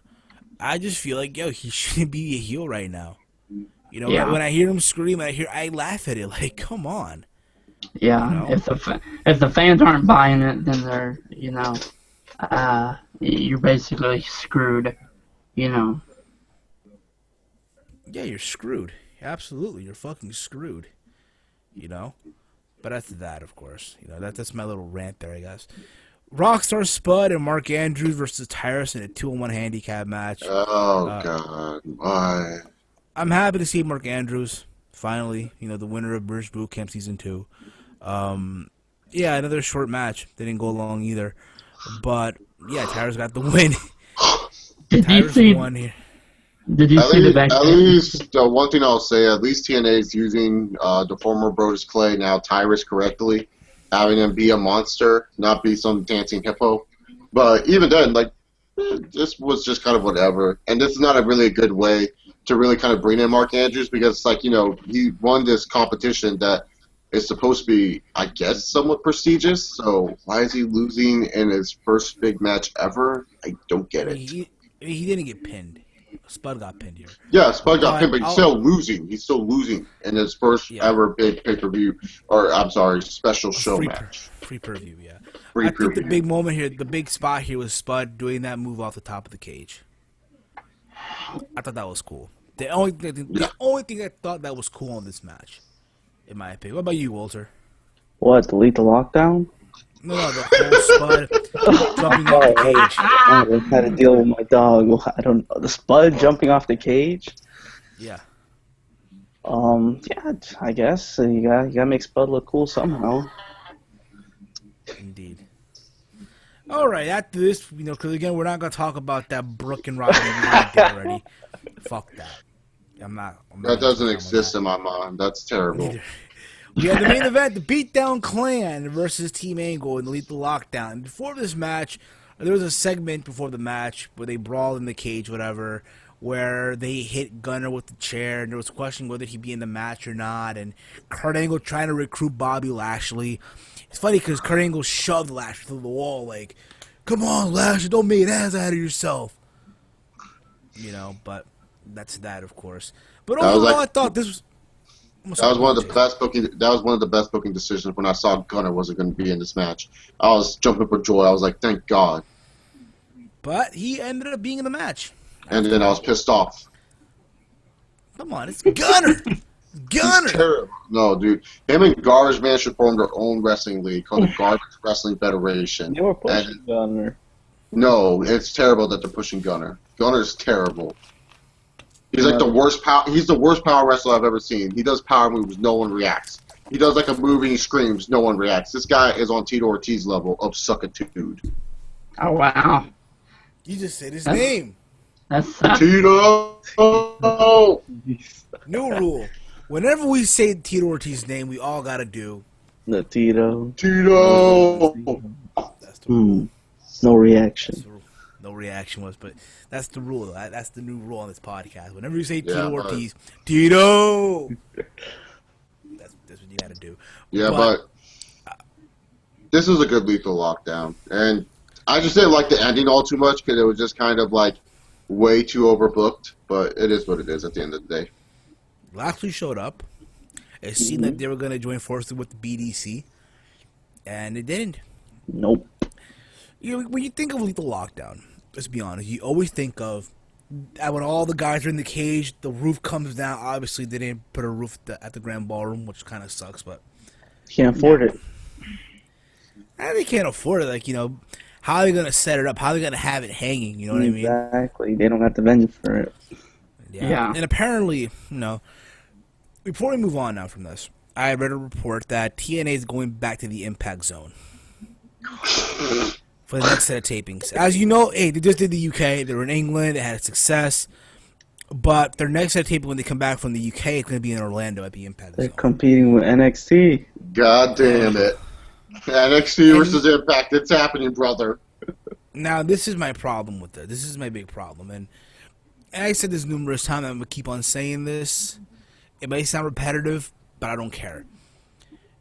This is why you don't have them go to the Impact Zone. Because number one, anyone who goes to the Impact Zone, they all know that, hey, they don't charge. It's completely free. Yeah. Number two, the Impact Zone is the sound studio at Universal Studios in Orlando, Florida. Now, for those of you who don't know what Universal Studios in Orlando, Florida is, it's arguably the number 2 theme park in the country. Yep. Number 2. What's And number because it's one? the number 2 biggest theme park in the country, you have tourists from all over the world attending this theme park, and they go into this place, assuming it's an attraction of the theme park, and they have no clue of what TNA even is. The hell's Impact Wrestling? Yeah, they just go because it's a show. It's a free show. They go like, hey, look, want to go see Impact, and they just go see it. Ooh, that's WWE. Jeff Hardy? Yes. Jeff Hardy? No, it's TNA. Oh, what the fuck is TNA? But you kind of get the idea. I'm not taking a jab at TNA here.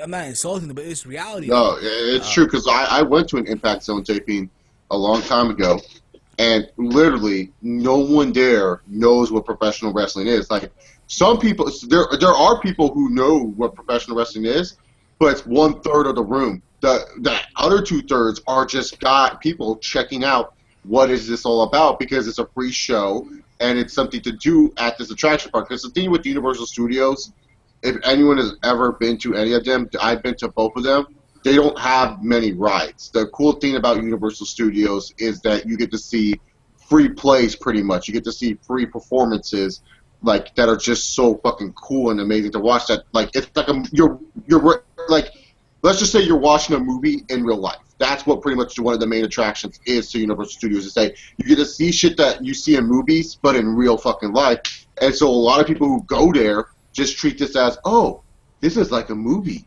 And so they don't know what's going on. Because I sat next to a lady, and this lady was asking me questions because she knew I was a huge fan. I was cheering for AJ Styles and all that stuff. And she was wondering, hey, who's that guy that you're cheering for? What does he do and all that other stuff? And I'll be right back to finish my point once I'm done taking my dog out. There you go, Chase. But what I'm saying, though, is, again, you have tourists attending this place. The tourists who, again, like Chase said, have no clue what the fuck is going on. And they think about pro wrestling. Again, they're most likely casual fans who've only probably watched WWE. Yeah, no, So they assume they're even, going to a WWE show. No, I would assume even that. assume, I would even tell you, like, when I went to my Impact Wrestling taping a long time ago, there was barely any WWE fans. If any, there was like probably 7 more people who were also WWE fans. Like, a lot of these people are just like, either they just grew up watching TNA from the Impact Zone and they became fans naturally, or they are just wrestling fans in general. But yeah, that lady was asking me questions the whole time, and I'm like, why'd you come to this? And she said, oh, I thought this was another one of those Universal Studio movie themes. I thought they were filming something for a movie, and I want to be a part of it. She wanted to be a part of a movie. I'm like, well, you're going to be a part of Spike TV, so I guess that counts. Now, now, if I'm TNA, if I'm going back to the Impact, this is what I would do. Okay. And again, take it for what it is, and maybe call me random, but I don't give a fuck at this point.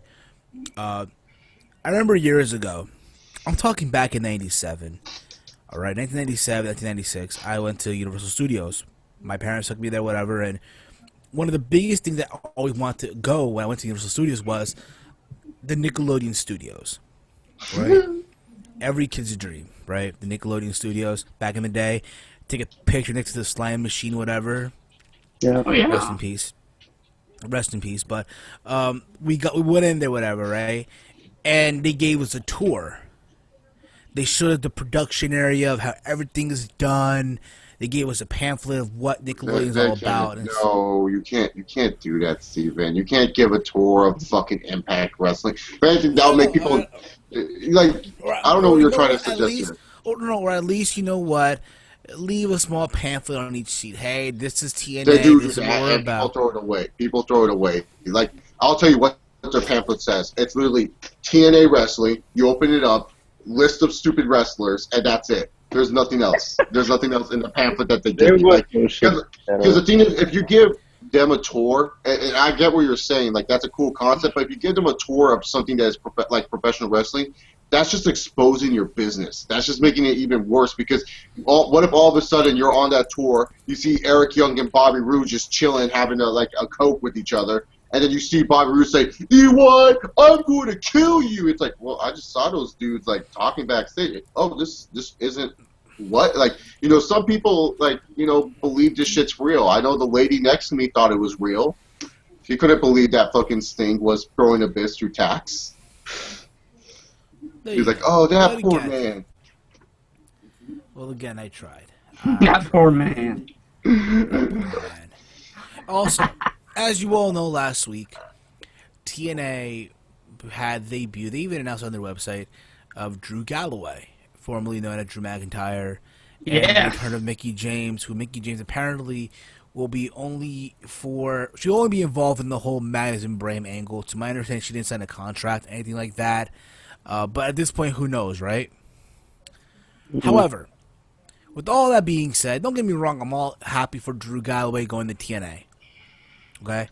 But at the end of the day, guys, we can't ignore the elephant in the room.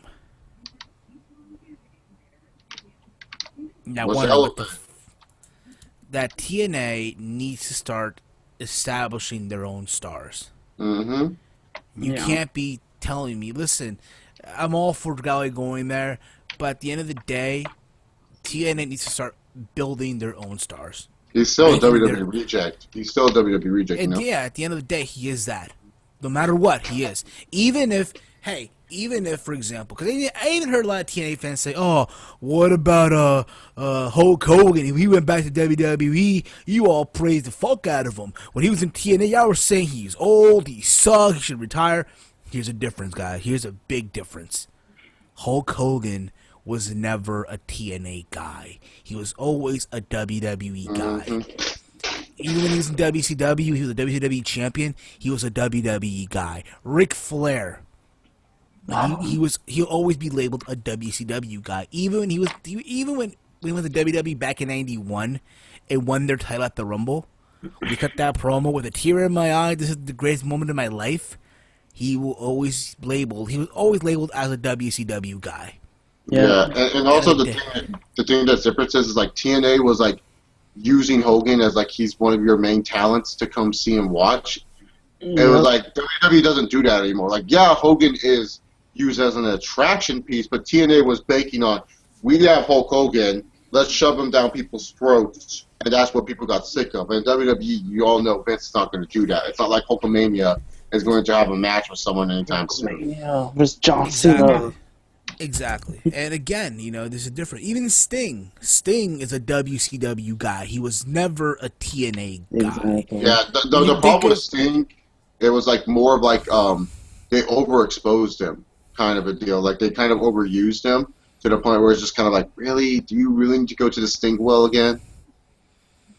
Exactly. Yeah. I remember 2011, 3-something-11. Remember? Oh, God. Yeah. Who put us there? Sting came out with a new jacket. He came out with a new jacket, whatever. But the point is, though, guys, at the end of the day, whether you like it or not, yes, I'm happy for Galloway. I can't speak for Walter. I can't speak for Chase, but I can't even speak for Brendan here. Hey, you can speak for me, man. I love it. I love that, But at the end of the day, he is still labeled a WWE guy. Yeah. Who got his name in WWE. Yeah. Granted, he might hate WWE now for all we know, but that's what he is. At the end of the day, that's not going to change anything. They need to start making their own stars. Mm-hmm. You look at the roster right now. You look at that roster. It's tough. Don't get me wrong. They're making baby steps of improvement. Don't get me wrong. But you look at that roster right now, and you look at the people that are there, and they're only day one guys that I guess you can say they've made is Bobby Roode, James Storm, Eric Young, and Loki. I guess. That's day one Loki guy. was just James Storm. James Storm is the only day one guy left. Loki. You kind of get what I'm saying. Loki kind of counts, I guess. But you get what I mean. Yeah. They've been there in the beginning. That's what I'm trying to say. All right, and all the guys that are there were, made in either WWE or what have you. Let's be honest here. Do any of us here take Robbie E serious? No. Do we take Jesse Goddard serious? No. Do we take DJ Z? Listen, I like DJ Z. I think Zima is great. But they giving him as his DJ. I get it. He's a DJ also in real life behind. But come on, no. Well, he better find a different career path if he's a DJ in real life because he sucks. I mean, if you're not into house, then I guess, but whatever. Hey, house Point music. is, though, That's not good house at all. That I fucks with. Hey, listen, I fucks with house. DJZ's house music sucks. I know. Fun heel Steven fact. I fucks with His house music. The DJZ's music isn't good. Give me some Skrillex. I listen to a bunch of house music. That's Hardwell's that dude. DJZ doesn't do shit. But the point is, though, they gotta start making their own stars. Fuck. This whole British boot camp thing that they had in the UK. Fuck. Sign Grado. To a developmental deal, I guess, or comedic terms, whatever. But sign Dave Mastiff. Sign fucking Noam Dar. Who's like, what, 21 now and shit? And at 19, the guy had a phenomenal match with Davey They're not going to sign those guys. They're going to try to sign Alberto El Patron again. No, but those are the guys who you should be going after. Or if not, look at the indies in America. Guys who most likely WWE will not pick up. Most likely WWE won't look at and pick up. Guys such as, Ricochet. Ricochet. Ricochet has a chance to get picked up. Like, what is he, like 25, Ricochet? Apparently, he did a tryout and they didn't sign him. Yeah, no, but just because they didn't sign him doesn't mean he's not going to get signed in the future. No, but at this point, though, once Adrian Neville runs his course, then they're going to be like, okay, Ricochet, come here, we need you, and stuff like that. So, but at this moment, though, fuck, get him, Chuck Taylor. Biff Buse, Spanish getting a WWE tryout, but who knows at this point. You kind of get where I'm going with this. Yeah, because the thing is also. Or if you know what, Andrew Everett, holy fucking shit. These are the guys who should be going after, giving them that exposure. But the thing is, the thing is, we can name all the names TNA should sign, but the problem is their booking.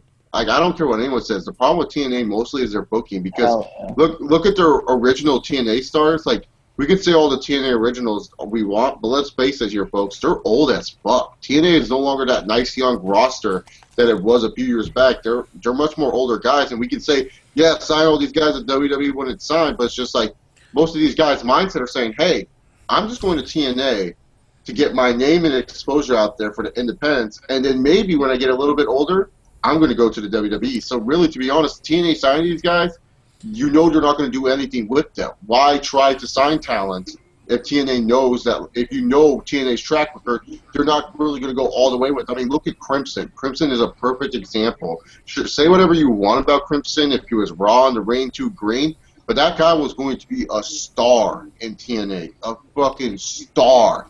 And yet TNA dropped the ball on him, and now, he's really doing well in the independents, and he might be with the WWE. So what I'm saying is just that, like, when it comes down to it, we can say TNA should be signing these guys, but at the end of the day, they never book them correctly. They always book them in some stupid tag team introductory feud, or they have a feud off against the fucking Bromans, or they have them do all this ridiculous stuff that I don't care about, and you make them disinteresting.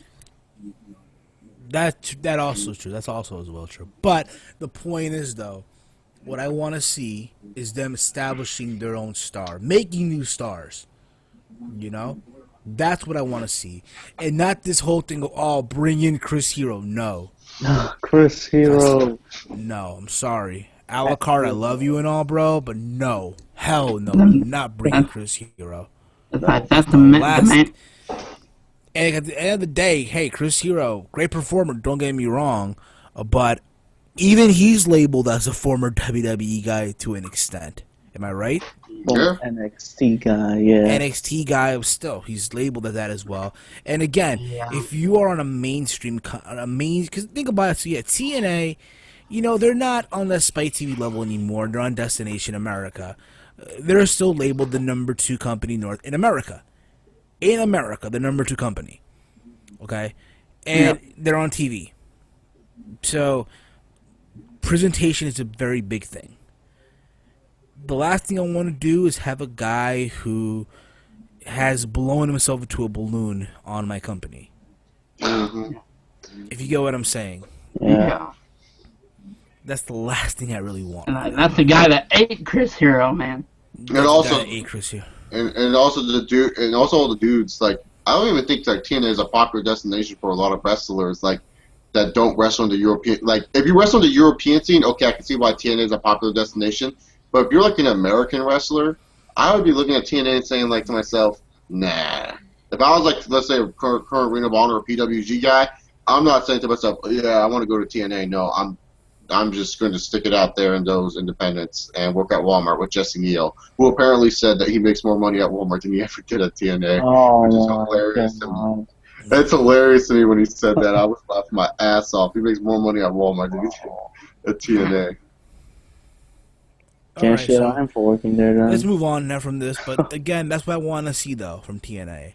That's what I really want to see, them establishing stars, making different, again, who knows? Like, this Mark Andrews kid, he has potential. I'm not saying world champion, but fuck, yo.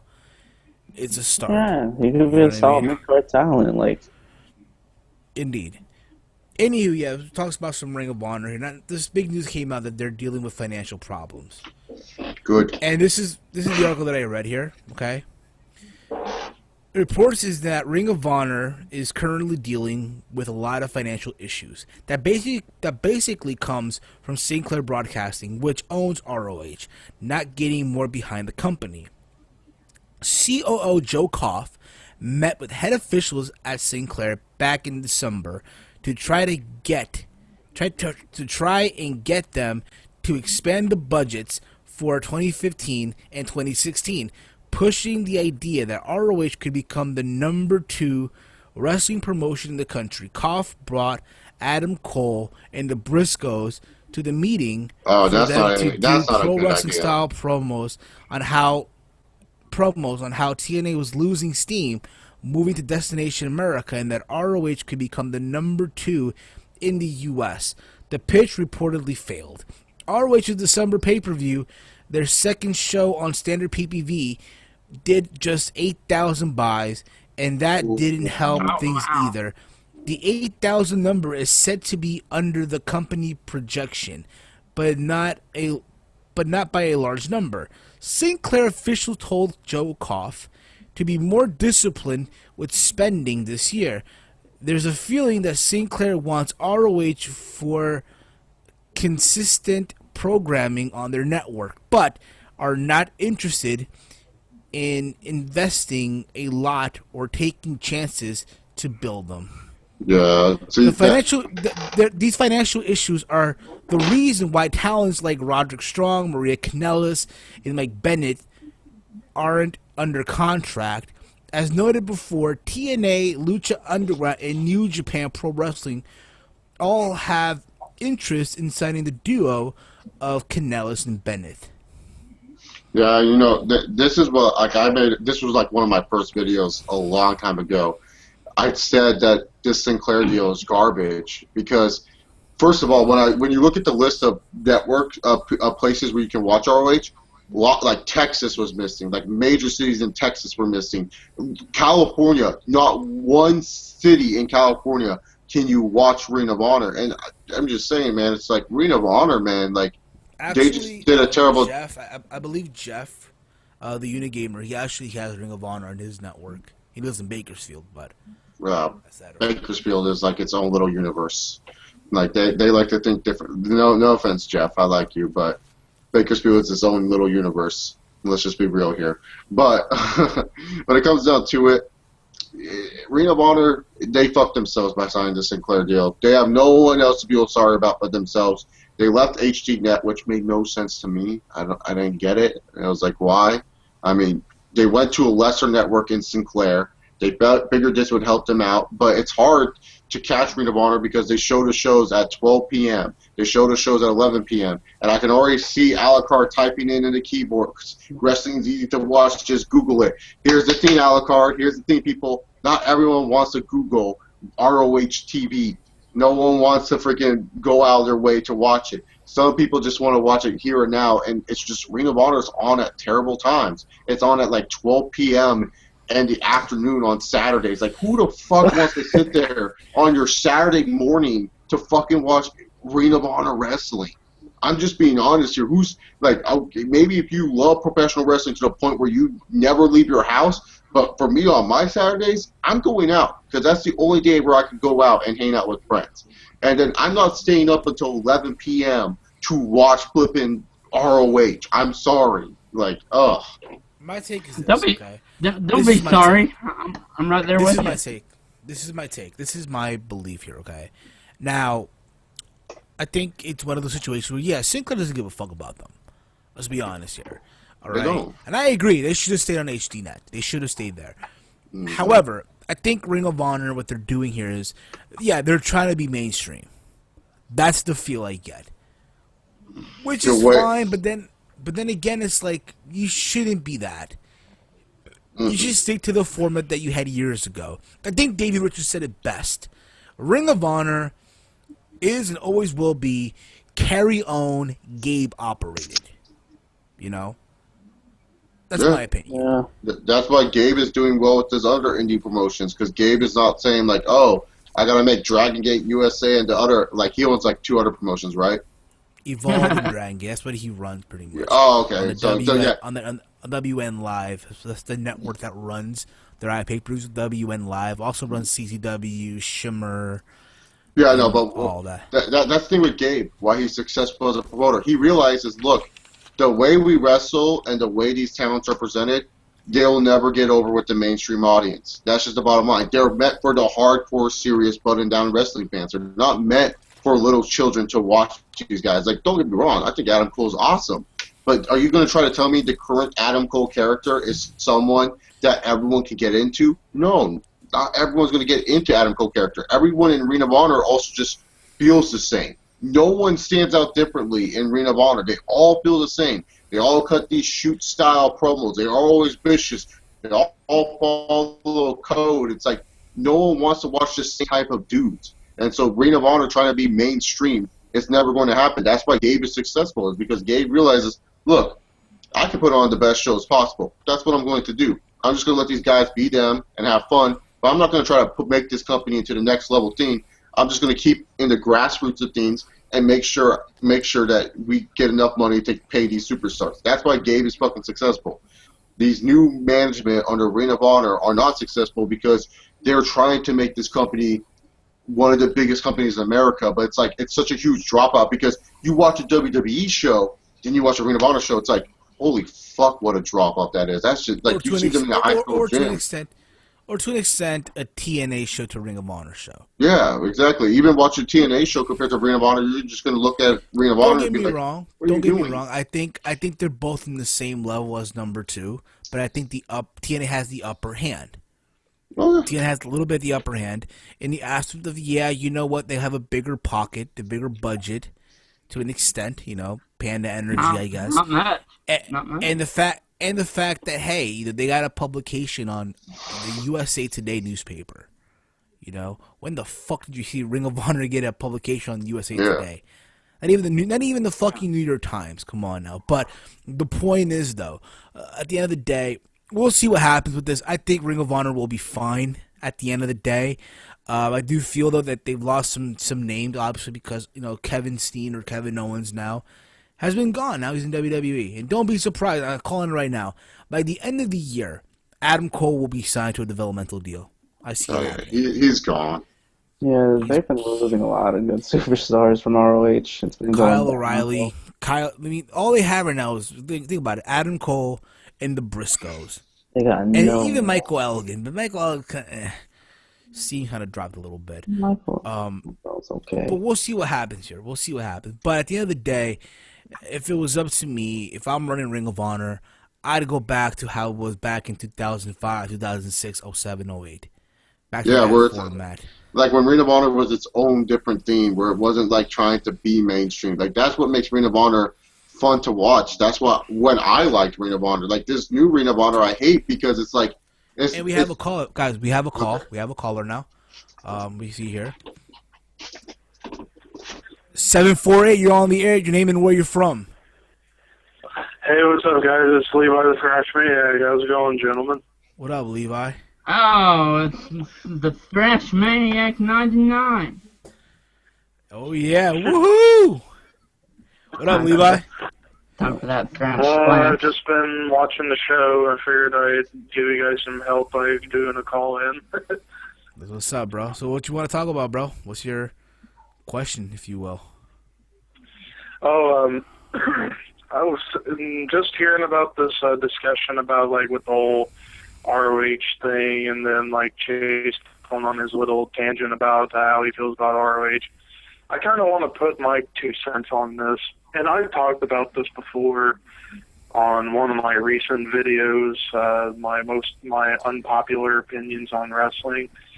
I'm one of those guys who feels that, for the most part, when it comes to indie wrestling, it all just seems the same to me. Like, yeah, I like technical wrestling now here and there, but not every single match be the same type of style. Because if it's that way, I get bored really easily, because I'm a kind of wrestling fan who loves variety. Like, I like some technical wrestling. I like some hardcore stuff. I like to see hard-hitting matches. I like to see entertaining brawls. And I like to see storytelling, not just one thing, you know? Like, that's why I never really got into much indie wrestling. I mean, with ROH and PWG, I mean, and those kind of shows, I'll watch on occasion, but not all the time. But for, like, other indie shows, no. That's just me. Chase? Yeah, no, I'm just saying that's the problem with well, I'm hearing myself echo. That's weird. Well, let's see. I heard I was hearing Levi echo as well. That's weird. So I guess he still has the stream on or something. But yeah, that's why I don't like the new indie style wrestling. Levi. I don't have it on. All right, I don't have it on right now. Yeah, but that's why I don't really like the new style of indie wrestling, because it's just like everyone feels like the same dude. They don't feel like different. It's not like there's a Samoa Joe, a Nigel McGuinness, a Bryan Danielson, a CM Punk. Like everyone just feels like they're the same dude, and they do the same moves. It's like a super kick. Oh, let me do an enziguri. Oh, let me do some vertical suplex variation. It's like, you know, it's like the same move. It's like the same moves. Like, no one's like doing innovative shit anymore. And I'm not talking about like, oh, go up to high school Raptors or, you know, freaking the lights and like do a fucking 560 move. Salt. No, I'm just talking about do a move that's like kind of cool, where it's like, oh man, dude, that's a cool move. You know what I'm saying? you get what I'm saying, man. That would be awesome seeing Like, 560 like, minutes. like the coolest thing I saw at an indie show was like this manager was trying to tell the dude to stop. He was like trying to tell the dude like, hey, don't do this move. Why? And then he broke out into a song, and he sang it to the guy. I'm like, that's good shit. That could get me into indie wrestling. That's fun. But it's just like when you're trying to go out there and kill yourself, that isn't fun. That's just like stupid. Yeah. Right. But, I mean, yeah, at the end of the day, yeah, indie wrestling's just not my bag. I'm mostly WWE and at times TNA whenever I do watch it. I just haven't been able to watch the new episodes because I don't have Destination America on my TV. But, hey, maybe I'll make a fake YouTube account for Canada and watch the shows from Canada. But yeah. And also, you guys, also, Steven, you was talking about earlier with TNA, how they should establish their own stars. I 150% agree. I mean, that's always been a main criticism I've always had for TNA. That and overusing factions to death. Like, those are the two things I always would have a problem with TNA, is that, for one, yeah, they always have to hire somebody that's an old WWE guy, and then of course them overdoing factions to death. I mean, I love TNA, but when it comes to that kind of stuff nowadays, I'm just like I shake my head. I'm like, why? I mean, yeah, I'm happy for Drew Galloway, but yeah, I'm with you, Steven. They need to start establishing their own stars. Absolutely. Again, 100% there. You know? Mm-hmm. But yeah, I mean, there you go. All right, bro. Well, We're about to wrap up the show in a bit, dude. Thank you for calling in. Before you go, do you want to promote your social media, people to know who you are and all that? Could you be surprised, bro? Alrighty. Well, you can check me out on YouTube, youtube.com/ThrashManiac99, Twitter @ThrashManiac99, hitbox.tv/ThrashManiac99, twitch.tv/ThrashManiac99, and just to make this quick note, my old group channel that I had going a few years ago is started. I'm thinking about making it have a comeback, and that's my old Wrestling Underdogs channel, and it's being revamped with new members like Steven and Boston Fan 79, Fort Minor Project. So you're going to see a few old members and mostly new members. And when will that first new video come out for the channel? Sometime by the end of next weekend. Looking forward to that, bro. All right, man. Let you go. All right, man.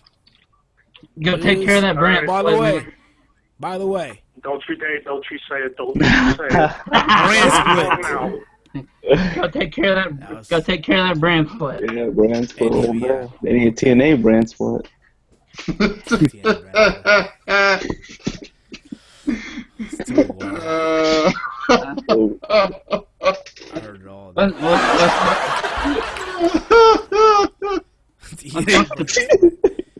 put the TNA. Let's put the TNA brand split right now. UFC 183, Chase. We saw it last Saturday. Oh, yeah. And the return of Anderson Silva. The return of the Spider. Sadly. I felt that overall, though. To me at least, just hearing that theme, sunshine. Someone is gone. It felt so chilling to me, like the hairs on your neck just got up, you know what I mean? Yeah. Silva walk out to the cage and all that. It just felt a good moment. The fight overall, I thought Anderson Silva won. Yes. Nick Diaz was hilarious, vintage Nick Diaz. At the end of it, Anderson Silva started crying, and then Mike Goldberg said, "Just let it all in, fans. Just take it all in." And then we found out, days later, that Anderson Silva he failed the drug test for steroids, and Nick Diaz failed for marijuana. Mm-hmm. And it was sad, but for people who don't know, the steroids that Silva failed for are kind of like over-the-counter steroids. Believe it or not, if you guys have had any sort of injury, and those pills the doctors tell you to take to relieve the pain, that's a steroid. It's helped to get your muscle tissues back and all that other stuff. So if you ever had any type of injury, you have taken steroids in your life. So I don't want to hear anyone say, "No, I've been clean." Nope. You've taken steroids in your life. You've done it before. Yeah, even the WWE wrestlers take steroids too. That's just the thing. That's the difference, because the NSAC, they're much more stricter when it comes to their certain drugs than it is other promotions with their drug testing. So they just kind of looked at that and they kind of called it a steroid, because Silva must have been taking something, presumably from Brazil. I'm guessing he's taking something from Brazil, nothing American. So he took something from Brazil that was there to help his leg heal up, and bam, that's what happened. Got popped for it. And it sucks because, Silva did win that fight, and it didn't look like he needed steroids to win whatsoever. I mean, did Silva look like if he had steroids, he would have popped Diaz easily, and Diaz would have been done. And it wasn't like Anderson Silva was much bigger than he normally is. He was the same size as always. So, yeah, Silva looked fine. Diaz, being Diaz, smoking weed before fights, good for him. I'm glad he knows up that fun. Wolf tickets, the Wolf tickets, yeah, man. Yeah, he's not selling Wolf tickets, man. I'm glad that he showed up to that fight high. You see, at least he won the fight. At least he wanted the fight. You see, George wanted the fight. Mm-hmm. Apparently, I also heard that Anderson Silva and GSP had a sparring session. I wouldn't be surprised. I wouldn't be surprised if they did. They had a sparring session, the same way Anderson Silva had one with John Jones. It's funny because at the end of the fight, Anderson Silva hopped over the cage to hug John Jones. Yeah. They were saying that was him passing the torch to John Jones. That was awesome, regardless. I mean, my thing is this. I mean, honestly, do I want to see Anderson Silva fight for the title? No. In all honesty. I understand a lot of casual fans, a lot of casuals want to see Anderson Silva get the belt back so he can knock out Chris Weidman. That's what they want to see. Honestly, I would love to see Chris Weidman get his ass knocked out. I hate that guy. Terrible. He's just like he comes up as a terrible person. Like, I'm just sorry. Like, this guy just comes up against the biggest douche in the world, and it's just like, and it's like he keeps on getting injured during training. Like, you're supposed to be a world champion fighter. You're a former wrestler. How do you keep getting injured, you dumb fuck? Well, you remember who he trained with? He trained with Matt Serra. So what? Matt Serra's fat now. Remember when Matt Serra was a champ? He was talking mad shit about GSP. Yeah, but then he got his ass kicked. Let's see here. My lady's hitting me up right now. Your whole your ladies. Yeah, okay. No problem, babe. No, I thought you said it with a plural. I'll take care of you. I'll take care of you, honey. I gotta call it after this. Gotta call it, but that's around the point, guys. But yeah, I mean, again, you know, we'll see what happens here. I think if anything, Anderson Silva just do super fights, or if not, just retire. You know, or if not, you know what? He ain't gonna retire. I don't want him to retire. He has 9 more fights. If he wins the belt back, then retire. Retire as champion. No, he has not, Steven. He has 9 more fights, and Dana White's paying him 7 figures. He's not fucking retiring. Right, He'd be a dumb fuck to retire. So who do you want to see him fight next? I told you on the MMA show. I said to have him do super fight. It's like, if he goes for the belt, cool for him. I don't care. It's like, I'd much rather he do super fights than actual fight for the belt. But if he fights for the belt, I'm not gonna bitch and moan about it. There you go. Yeah. I'm just saying, like, no, he shouldn't retire when he's gonna get paid 7 figures for 9 more fights, whether he wins or loses. Like, fuck that. You'd be a moron to retire like that. Like, that's like what, like freaking $9 million in the bank, or knowing Anderson with all his sponsorships and stuff. So much more money. That's too much go up to it turn turns down. out also that yeah, Tyron Woodley gave Calvin Gastelum the money back. What an idiot. I hope the NSA pops him too. And the NSAC. And also, it turns out that Donald Cerrone will be fighting Jorge Masvidal. Oh my god. Are they trying to set up Cerrone for a title shot? I think they are. Rest in peace. I guess so. Rest in peace Masvidal. Also, there's been talks that Brock Lesnar had been in talks with Bellator. Now, when I heard this, you know what I said to myself when I heard this? Come on. No, but you know what? I wouldn't be surprised because Bellator probably has a lot of money still in their bank account, and Lesnar's only in it for the money. Let's just face it, people. He doesn't care what competition he faces. So I'm pretty sure they would offer him a lot of money. But a good video for anyone to know my thoughts on this, Tommy Tohold did a video of how stupid it would be for Bellator to go to for Brock Lesnar to sign with Bellator. Just watch that video. That sums up my whole thoughts of how stupid it would be, because it would mean absolutely nothing for Bellator or Brock Lesnar. It's just a way for Brock Lesnar to make bank. Yep, it's all Brock Lesnar's business. Also reports that Scott Coker is trying to get Fedor back into Bellator. That would be useless. I mean, it's Fedor we're talking about here. It's Fedor we're talking about, but like the GOAT who freaking lost to Fabricio Werdum and Bigfoot Silva. Hey, the fight was stopped against Silva. The fight was stopped. He lost to Bigfoot Silva at the end. He got his ass kicked. Bigfoot Silva. Touche. But you know what, though? We'll see what happens. I mean, also, yeah, Crow Cop's back with the UFC. That was ridiculous. And they're making the rematch, Gonzaga Crow Cop. Can you believe that? No, really? They are, yeah. For the oh upcoming my UFC fucking shows. god.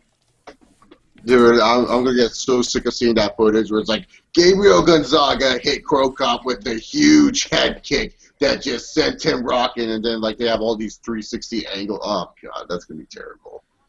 Yep, I can imagine that. Why would Crow Cop sign back? Why? Maybe he got bored of maybe here's my take, right? Here's my take on this. Maybe he was doing a lot of kickboxing fights, and he got some wins. He's like, you know what? Fuck, I'm ready to go back to the UFC. And that's what we're seeing now. You know? Like, okay, like Crow Cop, if he were to come back, it should be like you know, like in a wrestling sense, he's there to put over a younger talent or something. like Crow Cop facing Gabriel Gonzaga. Let's just be real here. Crow Cop will never go for a heavyweight title, and Gabriel Gonzaga will never be a heavyweight champion. Like, he had his opportunity against Randy Couture, he got his ass kicked. So, oh God, I'm sorry, man. This is just depressing to hear. Yeah, I know.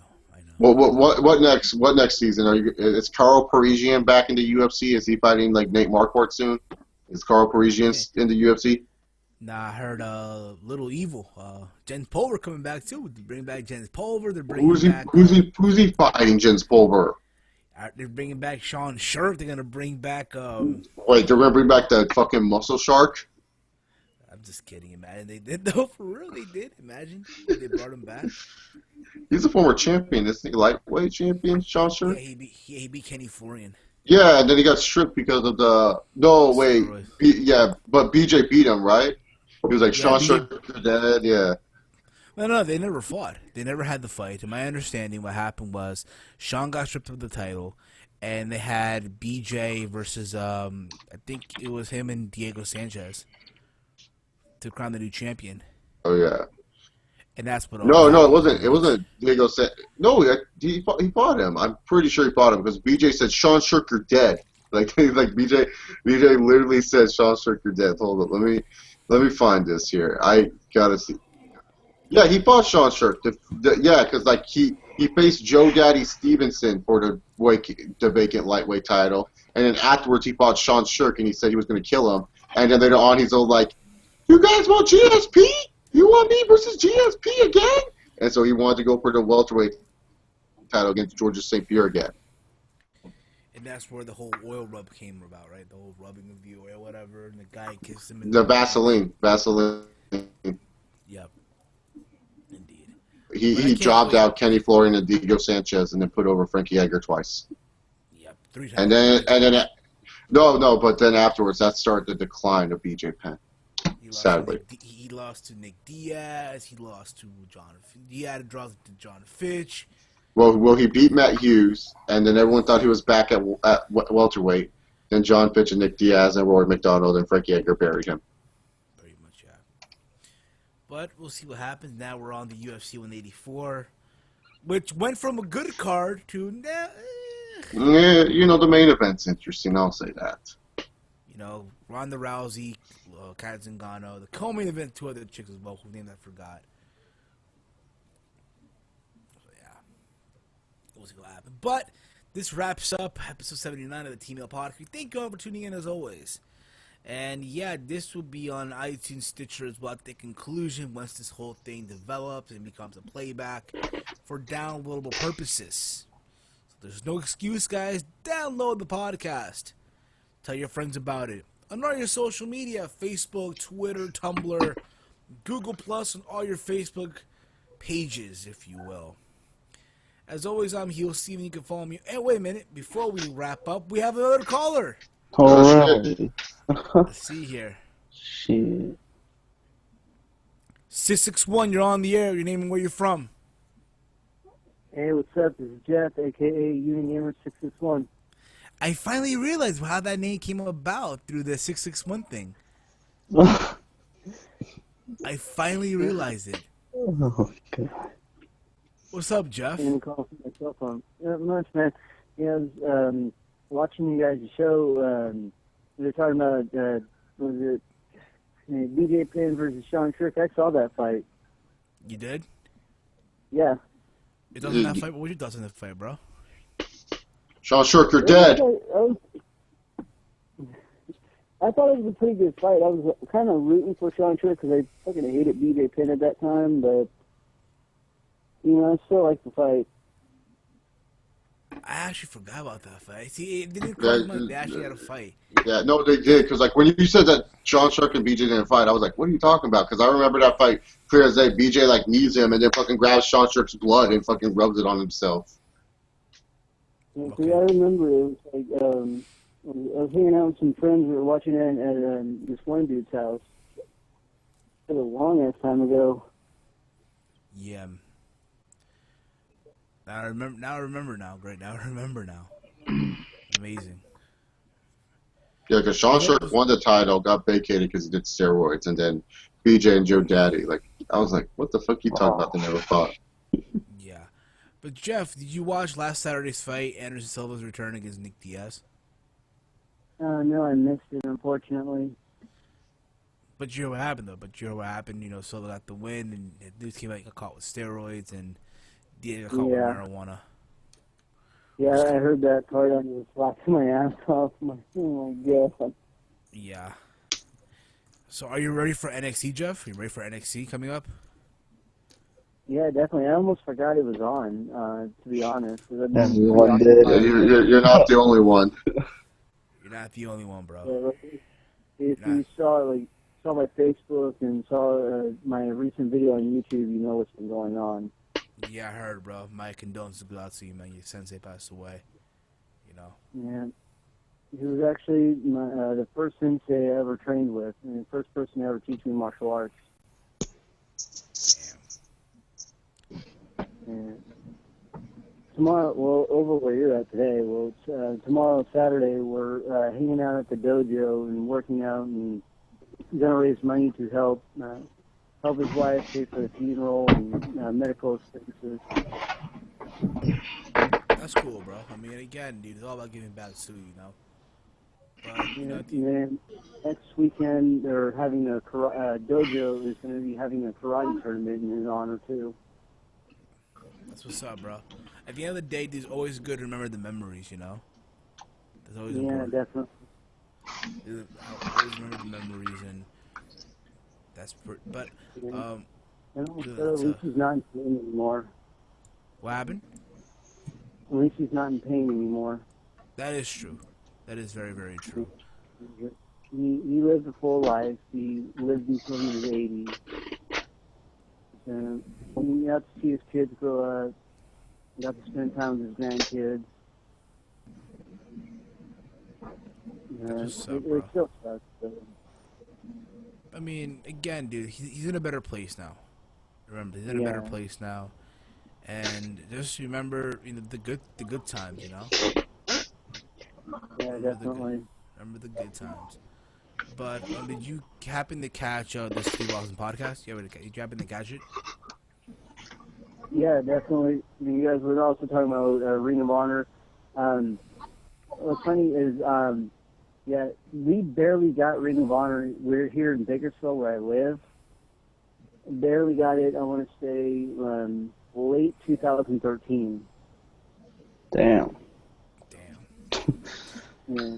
But I think, again, though, I don't think it'll affect them. Like, yeah, it'll affect them for now, but I do think they'll be all right, though. They'll be all right at the end of the day. I've seen them grow as a company, I thought, in 2014 when, they now started doing pay-per-views instead of the iPay-per-views. And also they signed that deal with Figures Toy Company for action figures and replica title belts. Yeah. So I think you can grow more in 2015. I do agree, but I think at the same time, though, they're trying to be too mainstream a little bit. If anything, they should go back to the way they were back in 2005, 2006, 7, 8. You know what I mean? Back when they were that underground promotion that everyone, a lot of the hardcore fans fell in love with. At the end of the day. Yeah, but at least they're not trying to go too far too fast. I see them more or less taking baby steps into becoming a bigger name. That is true. That is true. What's this? Wait a minute.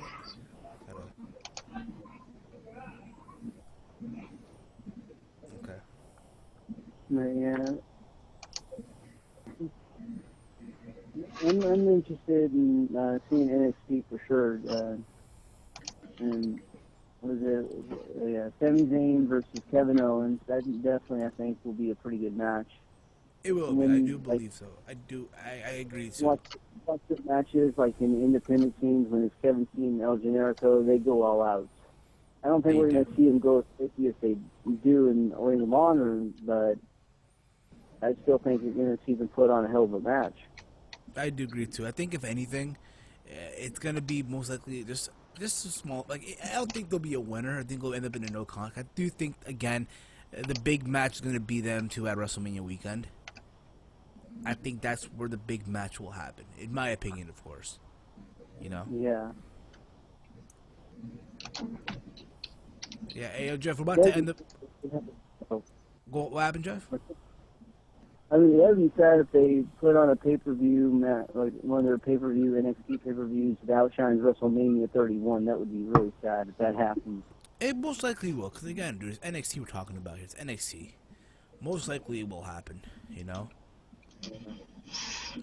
But yeah, yo, Jeff, we're about to wrap up the show, dude. We thank you for calling. We're about to let you go, all right? But before you go, can you promote your social media for the people out there, you know, check you out and all that?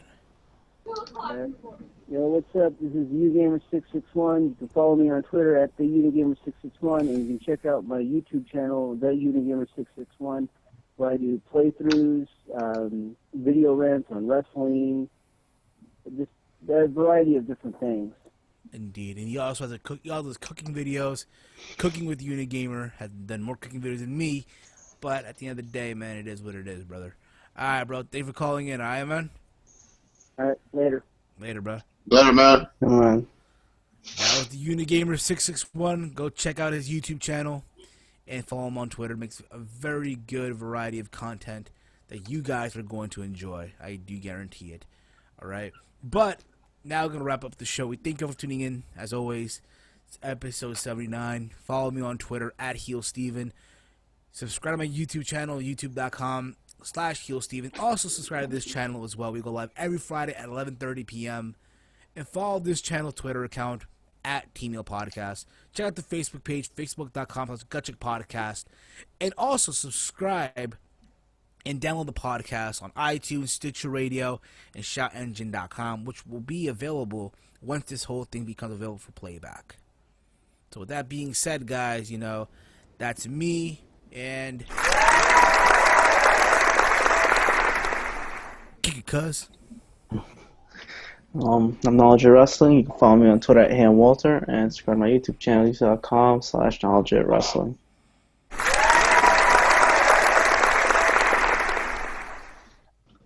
I am Chase Oliver, and you can follow me on Twitter at ChaseOliver68 and also youtube.com/Chase Oliver. I'm not making much videos right now, but soon enough, people, be calm. I'll be making more.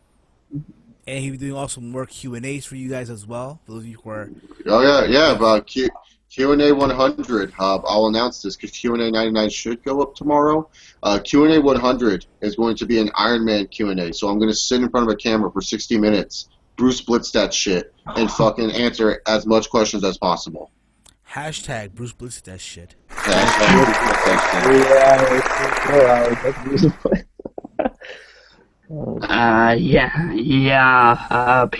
PW Outsider everywhere. Check me out, you know, everywhere. Masturbation is key. No. Whoa, you just stole the outro. Before we go, I think, Brendan, you gotta say it in its entirety, dude. You gotta say it in its entirety. Alright, when life got you down, you don't know what to do. Roman Reigns is getting the push. Masturbation is key. There you go, guys. And until next week, guys, we'll be back for episode number 80. We'll be doing this also. We'll be doing also a Q&A. If you want to send us any questions, send it to us at the Gmail account, teamheelgutchickpodcast3@gmail.com. I have a link down below in the description if you guys send your questions in and all of that. So thank you guys for tuning in. We'll be back next week for episode number 80 live. And who knows, maybe we might have a guest. You just never know. All right, guys, we're out like Janet Cities. I got to talk to Bay. I'm out. Peace. Peace easy. Peace.